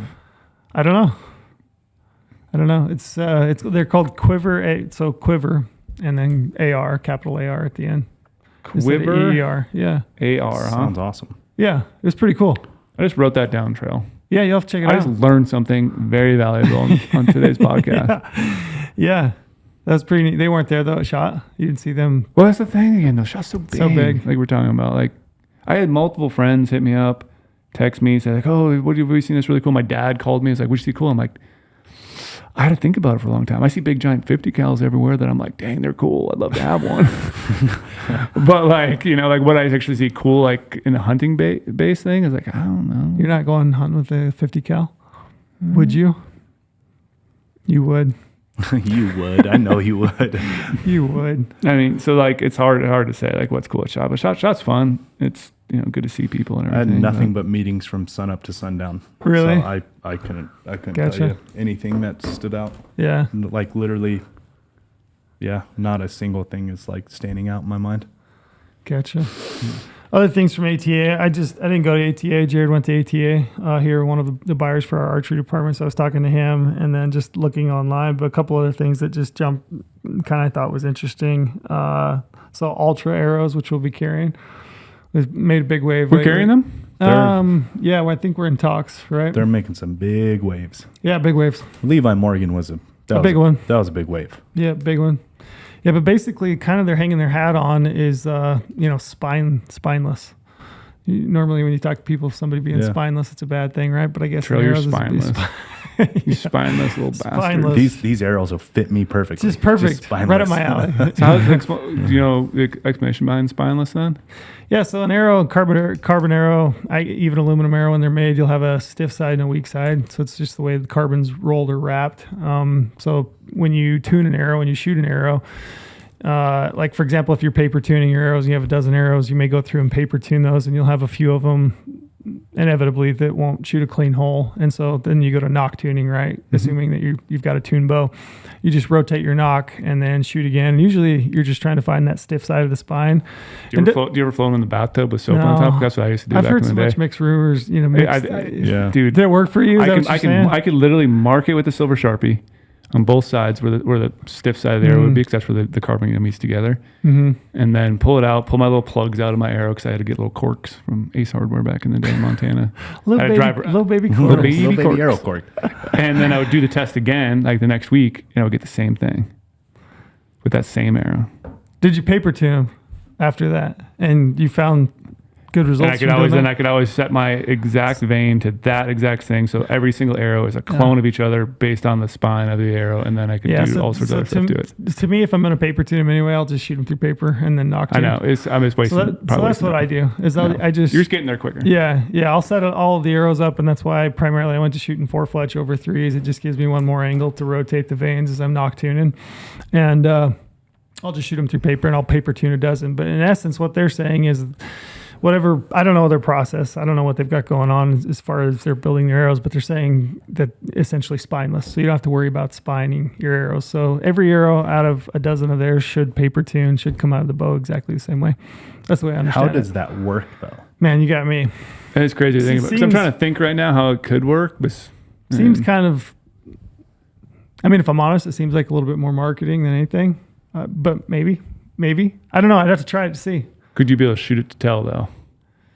Yeah, that's the only way I would like totally buy into it, is if I bought a dozen, set them up, and shot them, and results. And all of a sudden your groups are just like the best they've been ever. I don't know if they're going to be the best they've ever been, but in essence, really, it doesn't. It's just a time saver for me, right? Like I don't really care if an arrow has a spine. I'm just going to have to knock tune. I'm going to have to go through and I'm going to have to knock tune a dozen arrows, make sure that they're all paper tuned, they're shooting the same way. And then I'm going to take a silver Sharpie, mark them spine, so that every time I knock that arrow, I know the way it's coming out of the bow. So in essence, this would just save me that step if it holds true. But here's the thing about it. When I was talking to a buddy, like I know that just the nature of who I am, like I'm still going to shoot them all through paper. Yeah. And maybe after 5 or 6 dozen, if I saw that everyone was in essence spineless, that they all shot clean holes, they all grouped well, then maybe at that point it would just take that extra step out. That's why I say Levi is such a big wave for him to switch an arrow. Yeah, he's been with Gold Tip forever and ever. Yeah, his entire thing was the consistency of shot in those arrows because of the spineless thing. So like, it's a pretty big wave if you have a guy like him. Yep, endorsing it. Yeah, I don't. Did you see pretty Gold wild. Did you see Gold Tip's post about Levi? Yeah, classy. I thought it was very, very so well classy. done. What'd they say? They just said thanks for 19 years and basically wished him all the best. Makes me like Gold Tip even more. No. Me too. It was really well done. That's what they did. That's really, awesome. really well done. Just some more companies should do instead of like, oh, I hate this person because they left, and like try to like complete class. Really makes me like him even more on their part. Yeah, absolutely. But it'll be interesting to see. I know that they're making a lot of waves. I know that like looking at the specs right now, I think for my opinion, they're still a little heavy for what I want to shoot. Grains per inch. I think they're 10-ish, even for the lighter of their options. But I think they've got a target arrow, like a fat shaft, and then I would assume that they'll probably expand, given just the 10's actually pretty good because my VAP TKOs are 11.1 or 11.4. It's not bad. I mean, you're looking at built out like my draw length, my arrow 300 spine. I'm probably looking at like 495, 10, somewhere in that neighborhood, maybe a little bit heavier. Whereas I've been like 460 to 470 ish. You know? Do you know what the ETA is on those bad boys? I do not. I don't. The other thing I saw at ATA that I think is interesting is I didn't see like a bunch of like blow your mind stuff, and I don't know, but I don't know why. Maybe there just isn't that much more you can go. But this True Ball Ultimate Flex thumb button release, they came out last year with the Executive, which is a hinge, 3-finger hinge with the flex. You can move the pinky, the third finger. You can kind of get that to, suit your shooting style. But the cool thing about that was that it has a telescoping head. So the actual shank on the head is telescoping. You can lengthen that or shorten that. It's been... Yeah, that'd be sick. Yeah. For a different hand. Yeah. Or how Different you draw your length. face. Yeah. Draw length. Anchor Yeah, points. where you want to anchor. Yeah, Length of D-loop. That's really new. They don't do that pretty on a good. button release, just on the Nope. hinge. No release. No release other than these 2 true balls right now that I'm aware of are doing that. That'd be phenomenal. Yeah, so rather than having to cut, D-loops. retie D-loops, mess with your draw length, all that goes into it, you can essentially just tinker with, in micro adjustments, the length of the shank on the actual release itself. I would love that. So last year, I think Chris Perkins, that's his signature release, the Executive, which is the hinge version of that release. This year they have a thumb button version of the release, they're called the Ultimate Flex. Which is pretty sick. How do they come up with names for these releases? Name. When you start thinking the of all these Ultimate releases, Flex, that's a pretty sick name for a release, right? It actually is. It's like 2 double entendre or whatever. The Executive, the Ultimate Is that what Flex. that is? I don't know Whatever what that it is. is. I don't know what it It's is. awesome though. Yeah. But that's cool about it. The other really cool thing about that release is it's got rotating. There's no set mechanism, lock mechanism. So you don't, like every other release, you got to push a button in to lock it, right? This one has 3 hooks that are rotating, and as the trigger fires, it rotates through to the next hook and sets itself. So there's no locking mechanism. So you don't have to push in a lock, hook it over your D-loop, push in a lock, or push in the lock, then hook it over your D-loop. This basically rotates through as you fire the trigger. So every time you fire the trigger, the thing, it's always ready to fire. Completely quiet.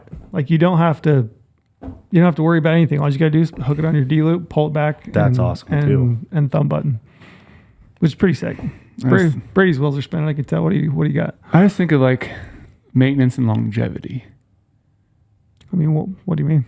Things that are moving like that. Parts because I've had a lot of archery releases for whatever reason. Less though, because you're dropping the button lock. My understanding is that they removed pieces from it. Yeah. Okay. Yeah. That's what I would take it as. There's less moving parts in it. Because I've had a lot of archery releases fail, and it sucks. Oh yeah. It hurts. The old punch in the face. Yeah. And it's just I wonder why. Did I shoot it enough to finally break in the guts of the release, and then something broke internally, or is it just a slight issue with some of the guts inside there, or because when you're tinkering with all that stuff in my mind, I'm like, is it making it better for longevity, or is it gonna maybe go the opposite way, where I'm gonna be at some point where I need to make this shot of a lifetime, and all of a sudden, zoom, and my arrow goes flying over top of. Stick in the ceiling like a pencil in high school, like Omar did. Yeah, I put one. I've done that. I mean, I don't know. The thing I will say about true ball, so this last week, you had the Lancaster Archery Classic, which is a big indoor shoot at Lancaster. I watched they call it a shoot up, right? So I watched the finals for all the different categories. I saw a lot of dudes on the line shooting thumb button, true ball, goat releases, or these flex releases. So I don't know, if you're willing to put $25,000 on the line with your release, you probably believe in the thing. That's very true. Yeah, but it looks pretty sick. And I'll tell you what happens in the golf world, though. I'm not a big golfer by any means. I'll go blow some time if I have to, but I do know people who are deep in the golf industry, just friends of mine and contacts of mine. What will happen in the golf industry, and I'm not saying this is happening in this archery thing, but they come out with new shit every year, right? New drivers, new this, new that. The pros are still using their old shit, just painted new. right. So it's like they're using what they like, I'm but sure it's there's just some of that painted as well. in graphic as the new stuff. Yeah, I'm sure there's some of that. You think so? Oh, for sure. There's got to be guys. I know guys that are shooting like Frankenstein, different releases, that are working with different companies, and they've got kind of a spit shine on it. Yeah, and to make it look for sure. one you For can sure, buy. some of that's happening. I absolutely, I'm sure. Yeah, that's what happens. That's what's so funny in the golf world is, oh God, there's a new driver. Let's all go get it for $600. Yeah. Which I'm a hunter, so I'm not any smarter because I definitely buy shit like that too. But $400. But then it's like, it's all just smoke and mirrors. You're like, what the hell? Yeah. So you're saying somewhere there's a company out there that basically is like, hey, golf guys, send me your clubs in. I'm going to hand paint them so they match all the other things. And it's like a separate business where you're like, those companies, well, they're all signed with these companies, right? So they're probably signed back with to the company. TaylorMade or Yeah. Titleist or whatever. They know they get new clubs all the time, right? Like or resurfaced or however you want to say it, like worked on clubs, and they'll just kind of dress them up to be the new one, in quotes, new one. Yeah. The thing about these releases that I do think is like really neat is that the ability to micro adjust the length of the shank. That is really cool. Like, That sounds amazing. I have releases that feel to me like the shank's too short, and I'm always tinkering with like D loop. You got long hands too, Yeah, and I have long palms. Yeah. So it would be nice Yeah, to be able to. yeah. And I manipulate that. think draw length, just in my experience, I think draw length is probably the most important thing in my opinion to like being able to hold well, and the ability to adjust the shank on your release to kind of match and get what I would consider the best hold for you. I think is pretty cool. Micro-tuned. Micro-tuned. Yeah. Yeah. You can't micro-tune a D-loop. I mean, you kind of It's tough. could, but it's tough to micro-tune a D-loop. Yeah, it's tough. it's like when you're saying this right now, it's like one of those things in my head, like, why didn't I think of that? I know. Yeah. All the years back in the day shooting, and like, it was right there in front of you, the solution to the problem, but you just, obviously it's probably really complicated to do what they did. But I hope- go to a company like, hey, make that shank move around so I can adjust it so I don't have to keep messing around with it or get the perfect feel, perfect draw length. I hope they take this as a compliment because that's where it's coming from. But I'm surprised UltraView didn't do this first because they're the ones that are always a step ahead. Yep. I'm surprised that. Yeah, I'll be interested to see if it. And again, I don't have one, so I can't really speak to it and say. But logically, like thinking it through and thinking through my own process of D loops and draw lengths and all that, to me logically it makes real good sense. Oh yeah. Yeah, so I definitely want to get one and tinker with it. It's on the list. My chubby little fingers and how much I shake, I can't micro tune a D loop. Like I'm stuck on a certain length, and my hands just can't do much more than that. Will you be able to see one here coming up, right? Vegas shoot? You can go? Yeah, Vegas shoot this coming weekend. I think I'll probably run down on Sunday, either Saturday night and Sunday, and watch the shoot off. I haven't been able to do that I used to go all the time. I haven't been able to do it for years because we always had the Western Hunting Expo and the Vegas shoot in the same weekend. This year, there's a couple weeks in between. So, yeah, I'm going to run down and watch. It's funny, I had Bodie Turner.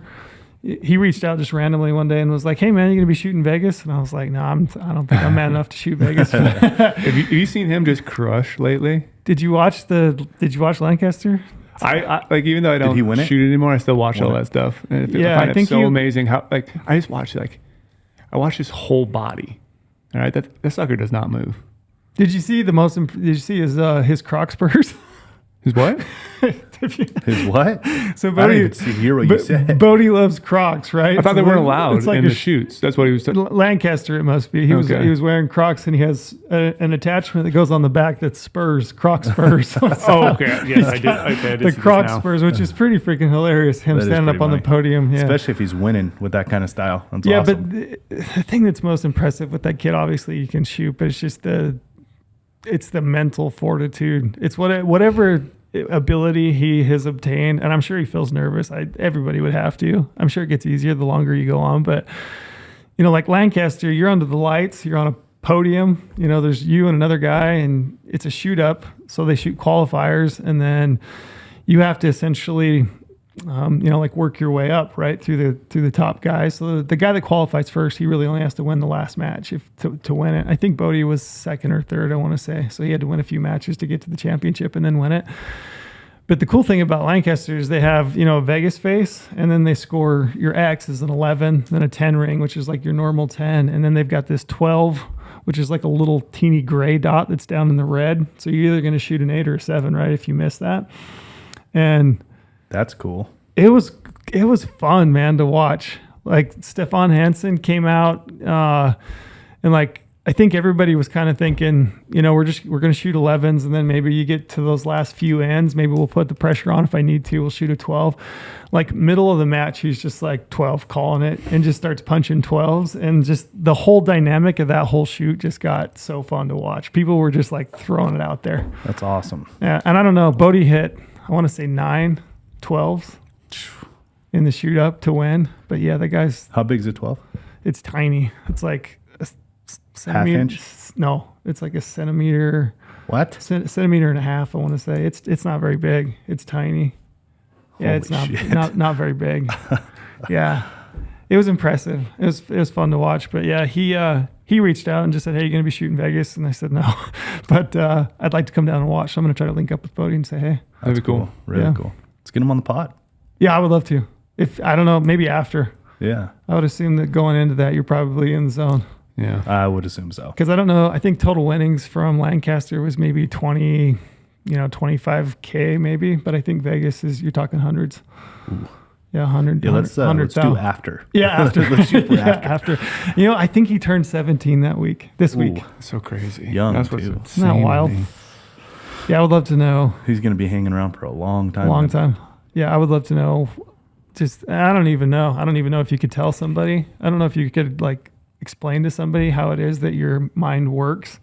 But I would love to crawl in his brain for a day and just see what it's like to be on a podium with that much pressure and just see what that's like. You think what it there's any feels similarities between like a guy like him and like Alex Honnold, free solo and El Cap? Probably. Like obviously you're dying if you do that. So it's like, it's a little different in a way, but like still being on a podium, shot for shot, being completely calm, climbing a rock face, being completely calm and collected, and things might go awry or whatever, and then you have to refocus and laser in. Like there's probably similar qualities, or like how they prep and work on mental toughness and just strength Yeah, and for just sure. like push through everything and just zone everything else out. You're in the moment. Like there's a lot of similarities between those two.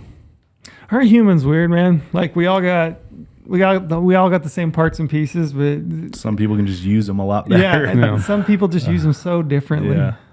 That's incredible. Mm-hmm. It's like things I sit around and think about. I'm like, how in the hell does that guy do that? Yeah. Yeah.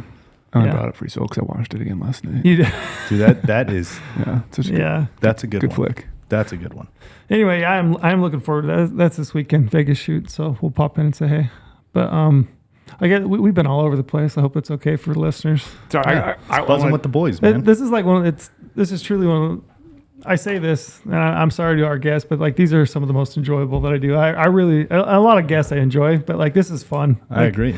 Well, you being in Cedar and us, him hunting like crazy, and all of us are all scattered. Like this is when we catch up. Yeah. Just right now. Yeah, it's fun. Just to We've sit never around, talked about shoot- any of shoot this the ball. until right here. Yeah.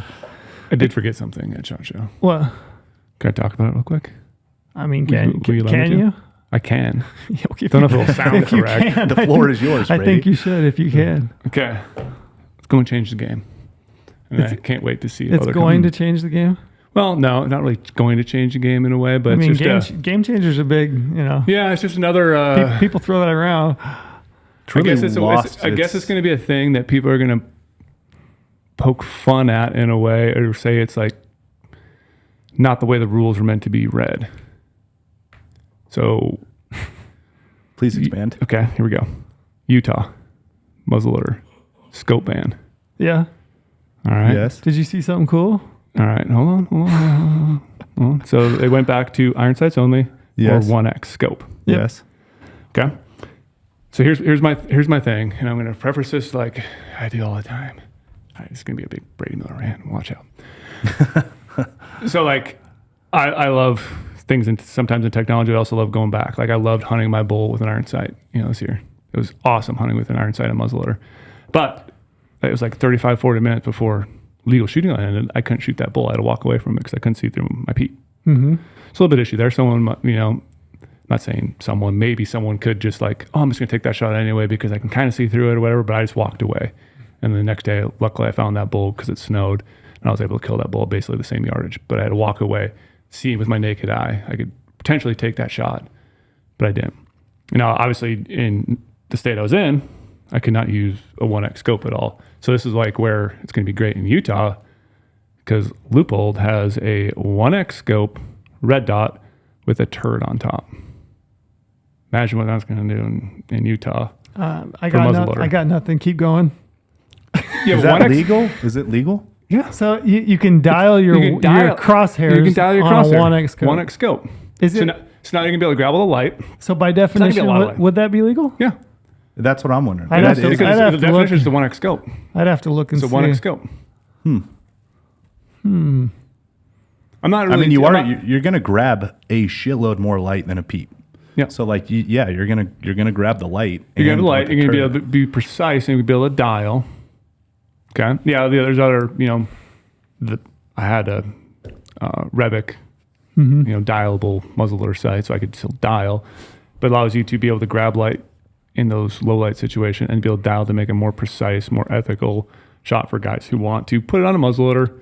I don't think you're going to be able to see far enough the 1x scope at 300 yards with crosshairs. I could see 300. I was shooting 500 yards with my open sight muzzy. Can you? Yeah.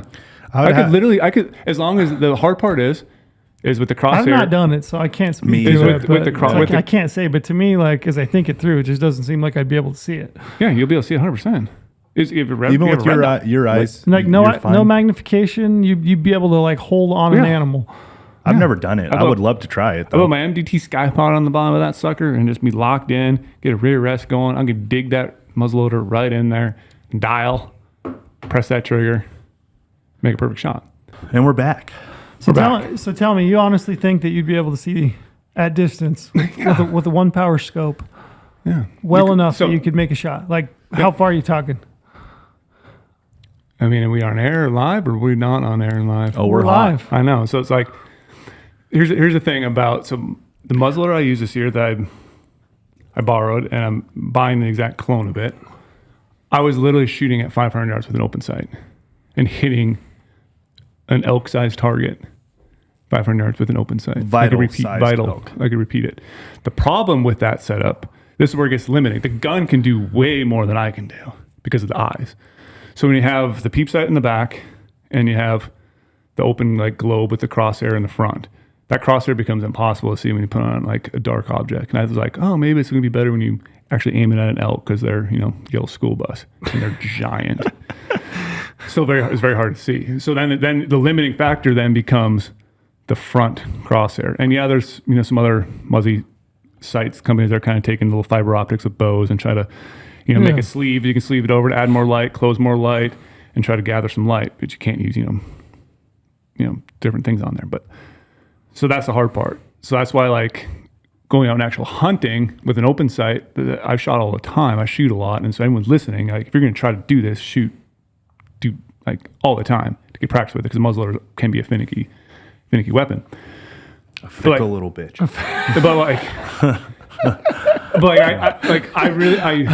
I did my best to like say like, hey, 350 yards and in for now. That's what I was gonna do, and I wanted to get closer. It's gonna give me the giggles. Go ahead. Keep going. I'm listening. And so like the weapon can do a lot, but it's just the optic part of the muzzleloader sight that makes it harder because you have an iron sight and you're looking through it, and then you have lighting conditions with the rear one. So 1X, and I just looked up the regs. All right.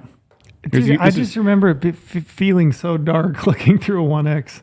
I've never done it. I've got one. only I've got shot one, open but it's sights. been a long time. Yeah, it's not gonna be the same as like when I throw like my 56 millimeter objective Vortex Razor HD on the front, but like it's gonna be something better than an iron sight. Yeah. And so like here's the rules: prohibit the use of scopes stronger than 1X power muzzles for all muzzleloader hunts, all blah blah blah, all big game. You can still use it on any legal weapon hunts, blah blah blah. Otherwise, only open sights, peep sights, or red dot or scopes with 1X power or less will be allowed on muzzleloaders in those hunts. So red dot makes it legal to have battery. But yeah, even if they didn't go with the red dot, I'd probably be fine. Like I might be a guy who's rather have a crosshair because I don't like adding battery powered things to my optics. So wait, did you that say failed. this is a turreted red dot? Turreted red dot. Okay, yeah, I'm with you. I'm tracking. Sorry, Yeah, so I had it in my mind. I was thinking crosshairs the whole time, No, but even if it was a and cross, I'm like, I couldn't see that. There's no way. but even if it was a crosshair in the 1X, and then I could dial it. So now I can just have MOA, or you can get a cut turret for your yard, which I don't believe in. I think you should always have MOA or mills. Well, I would say that you saying this right now on this podcast, given the current political state of things in Utah, this one will be on the chopping block before This will be a hot one. before the end of the year. So the We'll see scope, a what bill. was it called? The Freedom RDS, I believe. Yep, the Freedom Loophole Freedom RDS, and that was I believe it was an AR scope. Wow.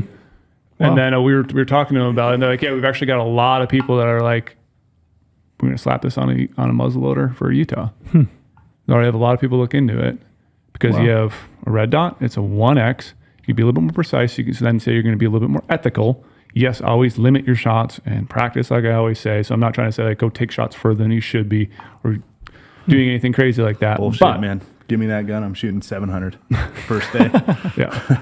You have a red dot and you have a turret system. So now I can range with my. Be interesting to put one on and play with it and just see what it does. That's what I'm hoping to get my muzzleloader built eventually and my pick. I think. What did he say? The retail price MSRP is $399. I think for that. Yeah, they're not RDS. that, yeah. It's dirt. $399 is a chunk of change. But when you're talking about scope, it's not that much. 34 mil tube. So that's gonna add some. That's gonna bring some light in. I picked one up. Obviously, it's in a trade show, so it looked like it was bright.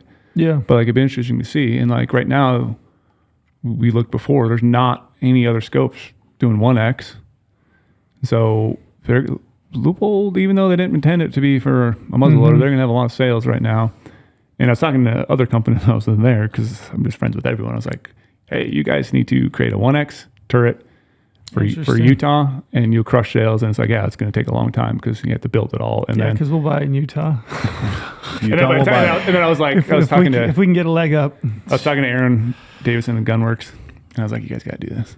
Yeah. And like people were spending on, I was like, hey, by the time we do it, it's going to take 18 months or whatever. And then I was like, well, by the time you actually do it, and 18 months later, the laws will probably be changed again, and then you probably won't be able to do that. So it's like a constant battle, and it is a niche market too. When you're talking about this, like not many people will, but there's an option. That was kind of one of the cool. And we have the other ones that are non-dialable in the goHUNT gear shop, I believe, right now. And I talked to Cody Nelson when I was there and sent him pictures like, order these now, buddy. And so he's going to do that. So I thought it was cool. I like that stuff. That's the best stuff. Stuff that you're just like, oh. But again, this is what I'm saying about like SHOT Show and ATA and like you had to walk in the booth. You had to like look at everything to find that. It's kind of hard sometimes. Like I said, it's overwhelming at shows, but that was cool. That was probably one of the coolest things I saw. Right on. So sorry to derail. No, that was good, man. That was totally worth it. Yeah. It'd be interesting to see where it goes. I'll throw a disclaimer out there. Practice. Sure. Don't just grab this and say like, now my muzzleloader is a 400 muzzleloader. You should not be shooting an animal at 400 with a muzzleloader. I just stay game ready with the 1X or with anything, even my open sights. Yeah. Know your limits. Practice further. Bring it back down for hunting because hunting is hunting and shit always goes weird and you always got to deal with wind and animal moving. And it's an animal's life you're aiming at. So yeah, do your justice. Don't be like trail and shoot 190 yards at a deer. With a bow. What? I've never done that for the record. I just had to throw it out there. For the record. I just had to throw it out there because you gave me the jab earlier about, oh yeah, you must have hit low on that audad. But yeah, that was made up. Yeah. No trail hates me. No, I'm good. That's great. I don't mind. Clarify. If I had shot it that far, I would have owned it. But I haven't. Nor should anyone. Last thing, I don't how we've been on a while. Gotcha. Okay. We're keep rolling. I wanted the last kind of thing that I had today I wanted to talk about was you did an article. We probably should have put this at the top because it's probably the most useful thing of the podcast. But that's okay. If you've listened this far, you'll get some. We should put the timestamp in. Like, if you want something really juicy, if you want something useful, go to the 90th minute or whatever it is. Yeah. But I want to talk about this article that you just did. It's called "How Much Does It Actually Cost to Apply for Hunting Tags in Every Western State?" And this is like one of those things that every year I kind of loosely understand. I know I have like in the back of my head, it's going to cost me roughly this much to apply in this state and for what species.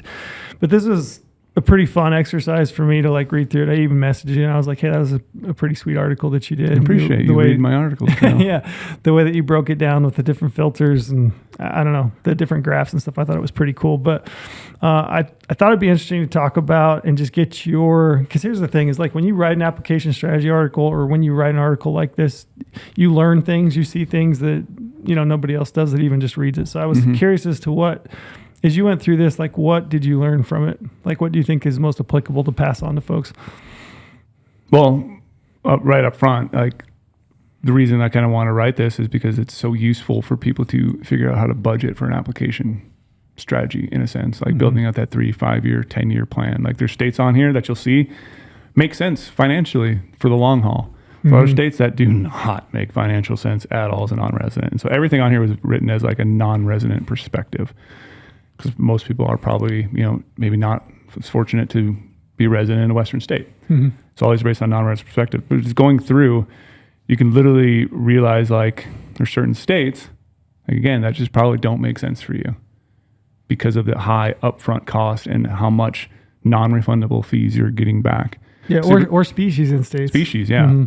And like you can see, like that graphic at the top. That's why I try to, give people graphics right away. Those big, infograms kind of show you how much you're fronting. This is also applying for every species, but in there, in each state, I broke down some information. So here's Alaska. Here's a link to our state profile. Learn more about it, and then I kind of gave some information tidbits about that state. So some states I went a little bit heavier on, some of the more confusing ones like Montana. There's all sorts of different ways you can apply. You can do an 80% refund right away if you don't draw.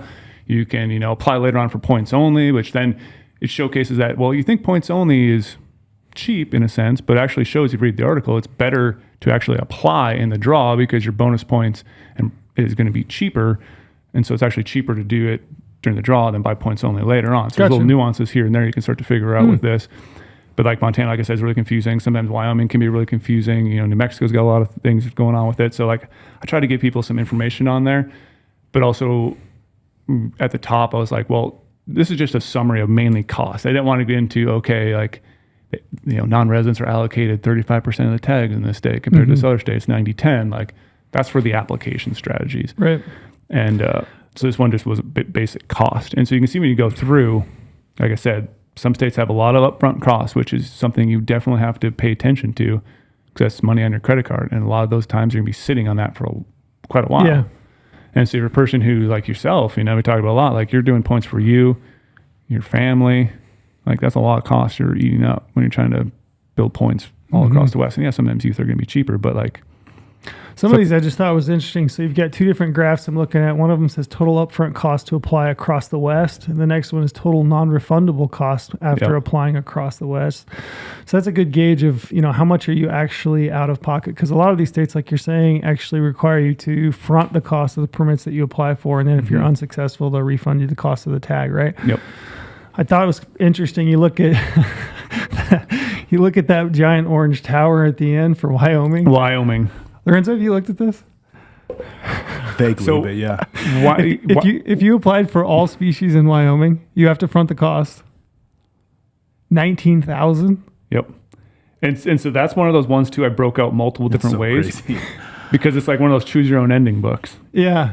Like this was the 19,000 is special draw, deer, elk, antelope, and then obviously regular draw, moose, sheep, mountain goat, and buying points for everything. And so like that's why down below in the Wyoming only section, I also broke out, well, if you just do regular draw for deer, elk, antelope, it's going to be a little cheaper.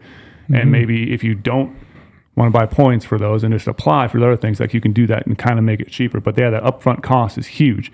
Non-refundable fees in Wyoming is also huge because like you realize like, oh yeah, I get all this money back if I don't draw. Well, you still got to buy your points afterwards. Like, yeah, which was high. I was surprised to see that $1,003.08 in Wyoming, non-refundable fees. That damn 8 cents, man. That just gets you. And then here's the one thing that like, I wanted to take extra time on. Like I can't even explain how many, like this is weeks of putting this article together and not weeks me sitting in the office. This is me at home on the weekends trying to write this and trying to make it exact because like you go through there too. I try to add like processing fees. A lot of times when you think about, oh yeah, it only costs, X amount of stuff for points, X amount for the tag when you're applying. Well, some of these states do have credit card fees, they have processing fees, and Wyoming's is huge. They have 2.5% convenience fees. Convenience fees, all that stuff are kind of like hidden in there. And other ones like, Montana calls like a service fee and all that stuff. So like there's all those little hidden kind of fees in there. So I tried doing my best. Obviously, there's a lot of states. I covered 15 different states. And so I did my best to figure out all those, add them all in here to show you the true cost. And so that like they'll get into like what I was saying, like some states just don't make sense, like Washington. Yeah. People always ask why we don't talk about Washington a lot. Yep. Yet we have research tools for Washington. If you're Washington resident, we have great tools for you. But for most people, non-residents, you have to buy the elk license, buy the deer license. Those are non-refundable to then go into like a special draw for that species. So you're out. What is it right here? $1,485. That's what I thought was interesting when I looked down through this, is you start to really pick it apart and see essentially like what's your best bang for your buck, right? And we've always, every podcast I've ever done with anybody, we go to the Camp Haynes thing and do an application overview, try to help people understand, where to apply. We've always said, if you're non-resident Washington, skip Washington. And everyone's like, why? And we're like, well, it's expensive. Yep. You're like, well, how much? Well, now I have a dollar amount to it. I mean, $1,500, you're out. And essentially, if you correlate this with draw odds for their draw hunts and understand the potential of those tags, the payoff, the cost benefit analysis just isn't there. But it was interesting to me to actually be able to put a number to it and see it. Mm-hmm. And then, like you said, to correlate this too with draw odds, because some of them you might be like, oh, it's not a lot of non-refundable fees I have to pay every year. But your chance of drawing could be 20 some years out for some of these states too. Like you look at like Arizona, it's not that much in a sense, but unless you're like Lorenzo and want to go coues, it's like me, you want to stick the long gun and go mule deer all the time. Like, that's where you have to kind of benefit too. You don't just want to look at this and be like, well, these states are cheaper. I'm just going to apply for these cheaper states because, Nevada, non-resident, $255 to apply for everything every single year. We'll buying the hunting license and all that. It's like, well, it's going to be a longer game where some of these other states might be a little bit more beneficial to jump on, that have a higher upfront cost, but you still get non-refundable fees back, but you have a chance to actually go hunting a little bit more. So you can use it kind of to budget, or be the guy like, hey, I only have $1,000 for app fees every single year. How do I best go about this? Yeah, your best bang for your buck. You can kind of look through this, kind of figure out those, again, little. I would love to talk to somebody in Wyoming, like why is it so expensive to apply for all the species? Well, you got bison at $6,000. $6,000. I know, but then to make people front it, it's. And then you got their new special draw fees in there. So I try to talk about that a little bit, and it's like, it's a crazy amount of money. And the thing that's also, I was always thinking scary when I go through this is I hope other states don't read these articles and then be like, whoa, Wyoming has their sheep price at 3 times the price that we do. We should increase our sheep price and moose price, and this try to jack up all the prices here's too. The thing with Wyoming. I think Wyoming looked at the the intended implications of a regular and a special draw, and they saw that your draw odds aren't really shaking out that much difference. So they weren't really giving that many people an advantage in draw that were applying for the special tag. And I think they also thought, oh, we can improve odds for people that are willing to pay that higher price, which is the intended effect, right, when they did it. But then I think they also thought, hey, we can also make some revenue here, right? And they're going to find out the supply demand. Like, they're going to figure out how many people are actually willing to pay that higher price and what they're willing to pay. The thing I'm interested in is to see post this year's draw, to see what that looks like and see how many people are willing to pay $2,000 for a general season elk tag. The thing I'm worried about is that I think they're going to sell. I think there are enough people out there that are willing to pay $2,000. So the thing I'm worried about is other states are going to look at that and they're going to say, look, there is a demand. They're willing to pay $2,000 for an elk tag. Why are our elk tags, non-resident elk tags, $2,000? At that point, I don't want it to become legitimately. I'm not applying for special. I can't afford it. I can't justify it. I just don't want to see people get priced out of the opportunity. Yeah. And, they can still say in Wyoming, well, just apply for the regular draw. Well, I mean, if that's the case, I mean, I could do that, but it's also going to push my odds that further out because more people can't afford it. They're going to apply in the regular draw, which is what they might be able to afford. So my worry is that it's going to push those opportunities further and further out. But I hope. What's the price on the regular? 707 or 8 something. I can't remember off the top of my head. Yeah, it's in the bottom of the article. Yeah, I'd have to look and see, but the price of the special tag is it's double essentially. I mean, it's a lot more. Yeah. It's a lot. Mm-hmm. I mean, $2,000 for a general season elk tag in Wyoming for me is like, okay, I'm out. Yeah, I'm out. Maybe some of the limited quota units, if I saved up for it. I could justify burning my points to go into that special tag and draw it, but you think that's what maybe more people might be doing because they're high point holders. Yeah, they realize this might be the time they're going to do special because they've been waiting forever. They just want to draw it. You got to burn them. Yeah, I just worry that it follows suits, across the other Western states, and that we see tag prices go up to a point where it's just like, man. Do you think some of these Can't afford states? Do you think some of these states are looking at?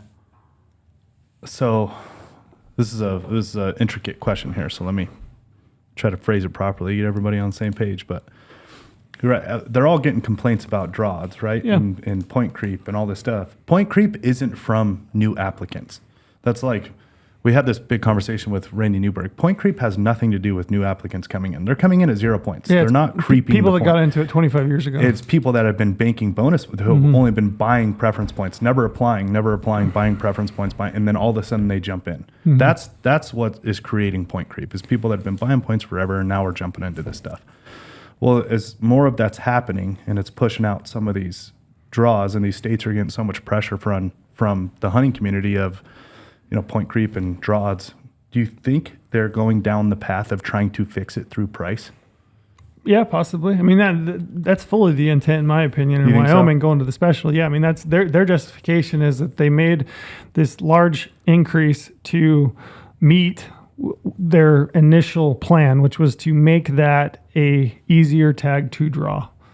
So draw odds, better odds, people that are willing to pay a higher price. So in that instance, they are using price to offer people better odds. Do you think some of these other states that are their draw system, their application system is pretty antiquated with supply and demand nowadays? Do you think they go down the path of cost instead of actually fixing their system?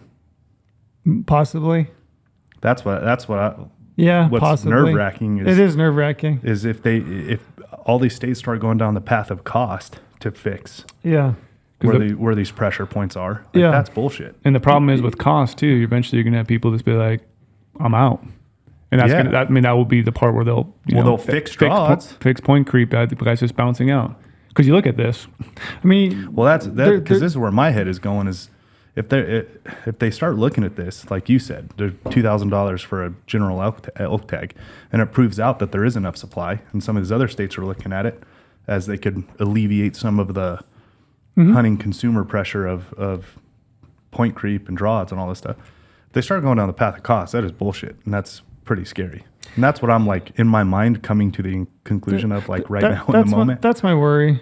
Yeah, and I mean, you hear people say like it's becoming a rich man sport.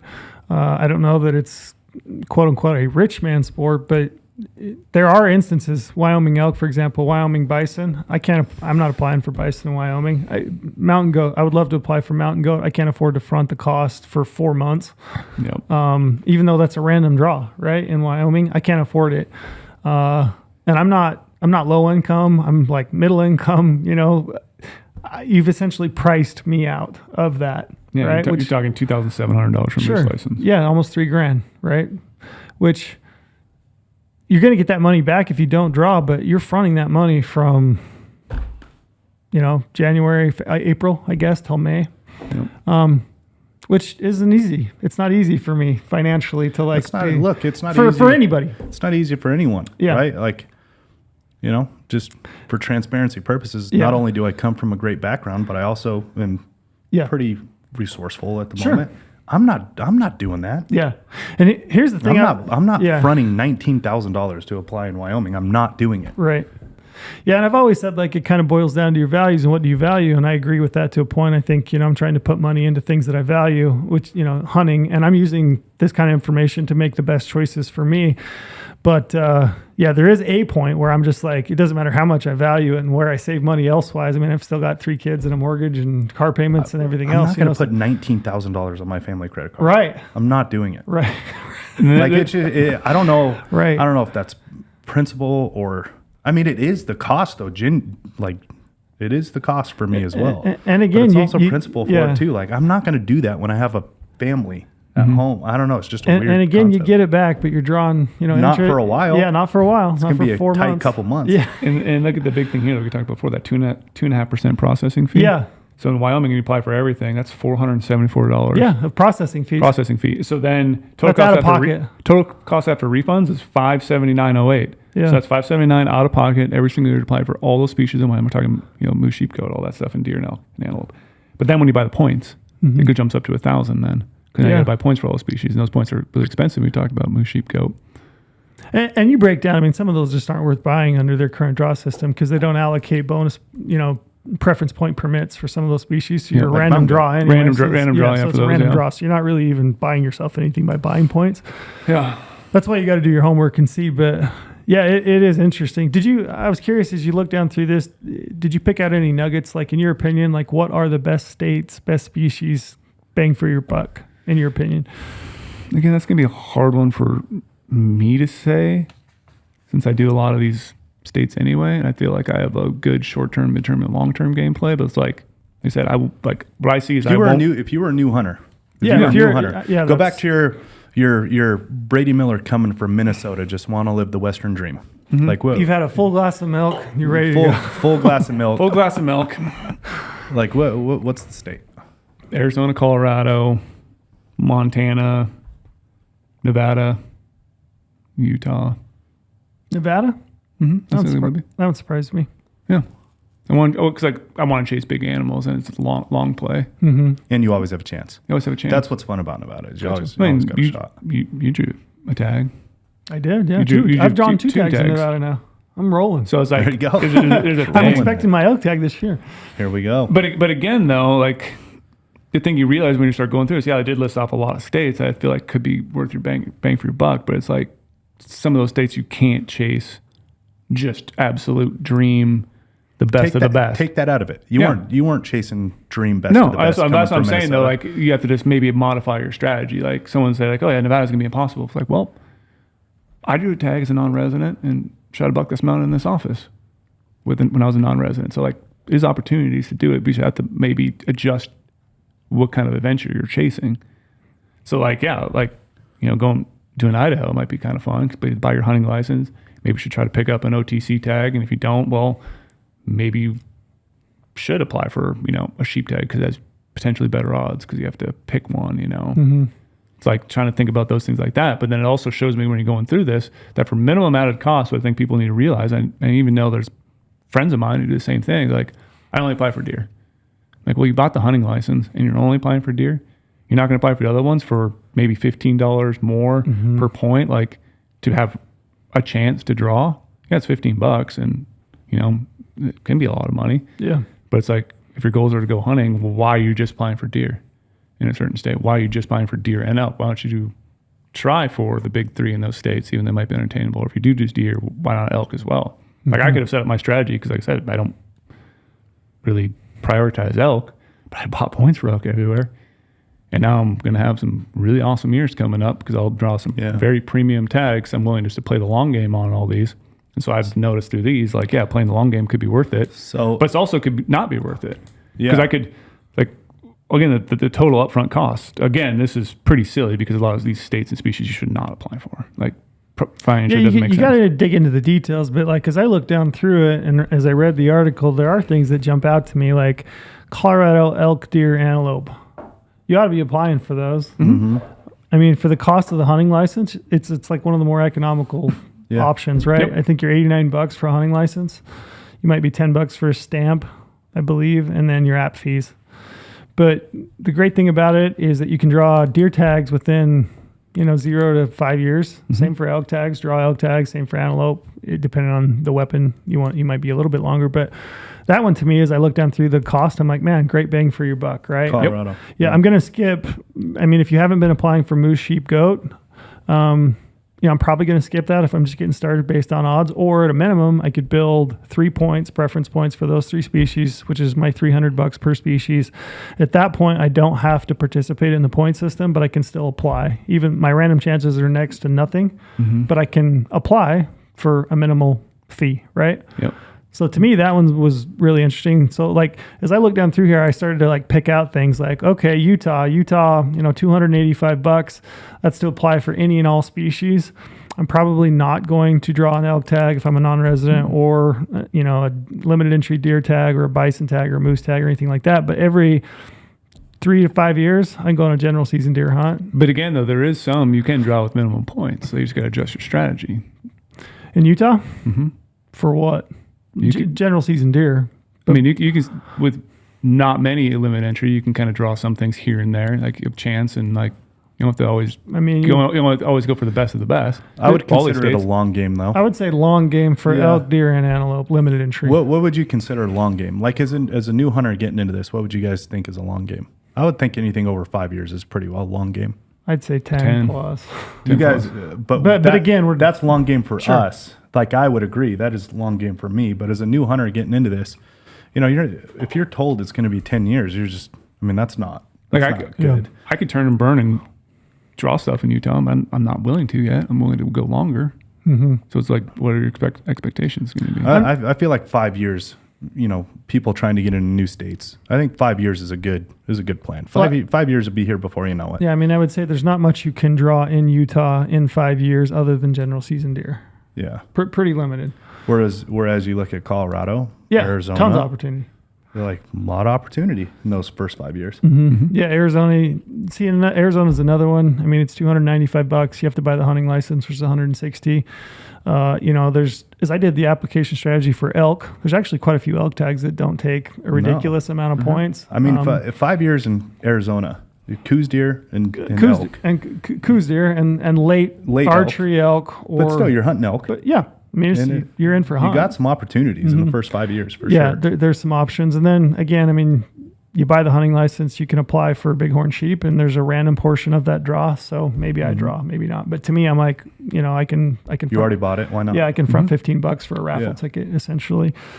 Yeah, but those three kind of jumped out at me. Idaho's like, you know, the one that I love, my favorite one on all this, that little blue one that says New Mexico, $169. Yep. Out of pocket.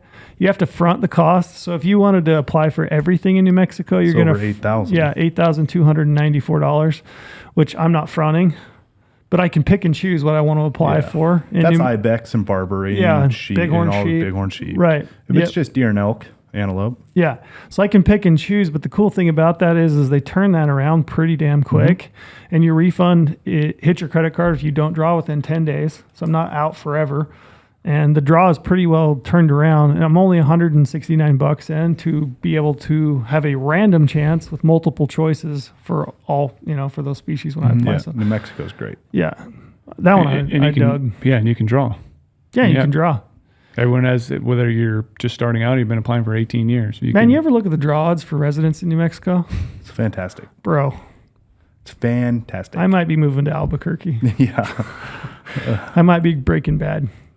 Really? Get yourself an RV. I'm getting an RV and I'm going to New Mexico. Hey, at that rate, you are applying for all species in every state. Right.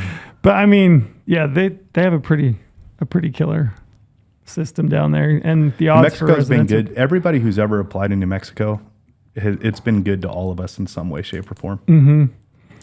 Yeah, Montana, I think it's expensive. You look at the out-of-pocket cost, $493, but the opportunity, I think, is a pretty good reflection of the cost. So I feel like your opportunities to go up there and hunt general season elk, general season deer, antelope if you want to, are really good. So that's like, you know, one that I would put up there. One that jumped out at me, Idaho. I don't apply in Idaho every year. What? Nope. Because I have to buy the $185 hunting license, right? So I'm only going to buy that if I can also buy an over-the-counter permit. And then I'll apply for controlled draws and hope that I draw one of those. But on a year like this, where my number didn't allow me a good spot in line to draw or to buy an over-the-counter permit, I didn't buy the hunting license. And if I look down through the draw odds for the controlled hunts, a lot of those I'm just like, I don't really want to go up there and hunt that hunt. You know, I would rather go do some other opportunity somewhere else. Are you an elk control draw, or are you a sheep? Yeah, elk, deer, antelope for me. Yeah, more bang for my buck. Mm-hmm. So for $185, I have to buy the hunting license. I'm going to get to apply for 3 species, elk, deer, and antelope, versus one of the others like bighorn sheep or moose or, you know, mountain goat. Mm-hmm. Although that's the reason they have pretty good draw odds for those species. To me, I'm like, that's one chance. If I apply for elk, deer, and antelope, I got 3 chances to draw something. Mm-hmm. So that's why I draw. That's what I do as well. Elk, deer, and antelope, man. But yeah, and that's one that, as I look down through here, I read through the state sections and stuff. I think that's one where you can make a judgment call. And it's just really cool to be able to see the prices in front of you. and kind of have a breakdown under each individual state on like, hey, think about this. Maybe apply for this species, don't apply for that species. I thought this was super handy, so I wanted to highlight it. Yeah, so it was a fun article put together. Like I said, it's literally 33 pages in a Google Doc. Yeah. So light work for Brady. Light work, late nights. Yeah, and again, like I said, there is species in here. Like I did include bear in some of these states and some javelina stuff. Like even as a resident here in Nevada, I don't apply for bear because I go bear hunting other places. So like you can cut a little bit of cost here and there to pick your species you want to, make this cheaper. So you can pretty much go through this and kind of create your own if you want to, and take some of this data and add the species you want to figure out what your cost can be. Yeah. But we should touch on this big number down at the bottom. What is it? So if you applied for every single tag opportunity, all the processing fees and everything, and if I added up all my math right, which who knows, math is hard. You have loaded bullets with no gunpowder, so 4 out of 3 people think so. Yep. This is 15 Western states, $38,428.48 of upfront cost. It just is mind-boggling to me. $38,000. What's your non-refundable? Non-refundable then would be $6,382.85, and the big chunk of that is Washington, because you have to pay whatever $1,400 or whatever it is for those 2 tags. I always figured I spent about $2,500 a year in app fees, like out-of-pocket app fees. Mm-hmm. This was a good exercise for me to actually go through and see it.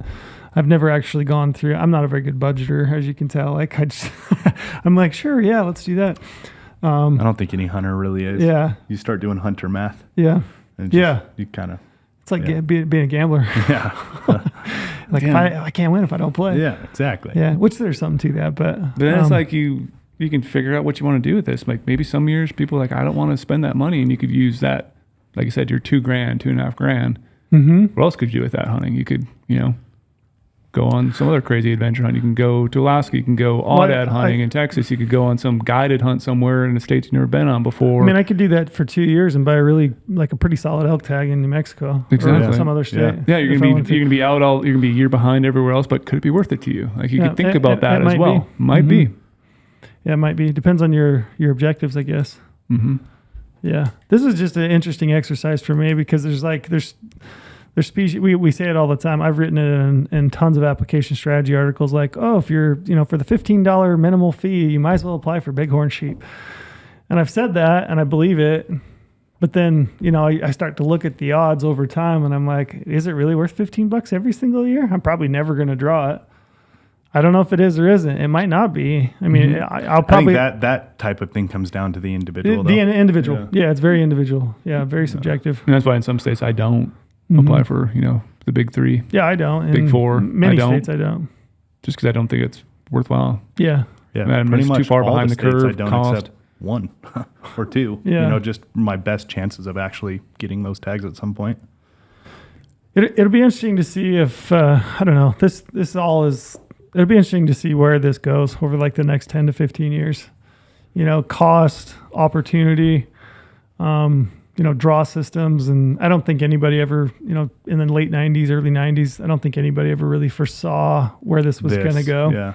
Where this is going to go. It'd be really interesting to see where this all goes. Yeah, when they change things too, when you've been in the point game for a long time and just switch it up on you. Yeah. High five to New Mexico, though. Mm-hmm. I like it. Do you wish more states were totally random? I do, yeah. Personally, I do.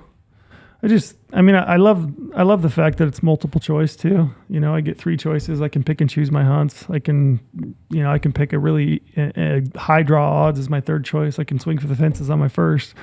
I can pick, 3 really good ones. I can do whatever I want with my application. It's like choose your own adventure. So I do like that. I like Nevada for the same reason that they look at 5 different choices. And that's why I included it on there because I think it is worth to apply. Nevada's one of those ones. It's like I'm on the fence about it. I'm not. Obviously, I apply there, and I've drawn 2 tags there. So, I'm. You're at what point level? Both times? I think antelope tag I had like 5. So it was an archery. And again, that's another thing is you look down through here. Different weapon choices. Yeah, different weapon choices. Like you really gotta diversify, pick up a bow, pick up a muzzleloader, look at late rifle hunts, look at those hunts where your odds are a little bit better and become proficient with those weapons and seasons. But, and I think I had, 12, I want to say maybe for deer, but there's hunts I could have drawn. You could have drawn. But you get to a certain point where now you're kind of like, you have overswing for those. And I drew my first choice this year in Nevada. I would have drawn my, I think 4th or 5th had it got to that point, because I was just like, I'm ready to go. And that's how I look at Nevada. I bow hunt, and I think every maybe 7 to 8 years I can go on an archery deer tag and go hunt Nevada, and it's another opportunity. And for me, the $285 a year is worth it, and plus I'm in for all those other species. And if lightning strikes like Ethan did this year in Arizona and he drew a sheep tag, I mean, I'd be over the moon. I dream about that shit at night. Lightning struck for me in New Mexico. I go to bed and I think about that stuff. I'm like, man, this year. Well, look at what was it, Campos this year too? He was thinking about not applying in Arizona for elk. Yeah, he drew an archery elk. And he's like, that was my point. And it's like, well, you might as well throw it in there for the draw, and he drew one. A good one. Yeah. So it's anyway, it can happen. Cool article. I would highly suggest you guys check it out. And probably do better than me as far as like actually budgeting and, financing and having money for these things before you just throw caution to the wind and then try to figure out how to pay for it on the back end. You can always just try to pay for it later, right? I mean, credit card fees and just sometimes you can't. Sometimes credit cards come calling. Yes, they do. Anyway, wild how that works. Yeah, it is weird how when you owe people money, they want they it. actually care. Yeah. Yeah. Anyway, the only thing I wish I would have done with this, but it would have added a lot to it, which I might maybe do another one later, is like when you get these refunds back in some states, compound that with this data. It's like, all right, if I apply Wyoming elk right now, and let's say you do the special draw, when will you get that back, to then turn around and reinvest those app fees into another state, like kind of work it through that system like that. Like that's another angle. To see how much you would ever be out. Yeah, you can like take it right away when you get your results back, you get the money back in your bank account, reinvest in another state, so you can kind of float that money throughout the whole thing and kind of make it worthwhile. So that's another avenue I'm probably going to dive down. Well, that was good. Anything else, fellas? Ooh. How long we been on, Cody Bohr? Oh, we crushed it. Yeah, a lot of fun. Over 2 hours. Let's go. Those are always the best when 2 hours goes by and you're like, that didn't feel like 2 hours. No, not at all. No, that was good. Appreciate it. I'm quite hungry though. Yeah. Good luck in Mexico. Can't wait to see how these guys. It's going to be fun. It's going to be a lot of fun. Yeah. These are good guys too. Like, right? Always run the risk of who wins the hunt giveaways. Yeah. These guys are cool. And they're asking the right questions. They are asking the right questions. It's fun. I do think it's a good community. Yeah, for sure. By and large. So. For sure. We'll have fun. We'll look forward to hearing from you when you get back. Sounds good. Peace.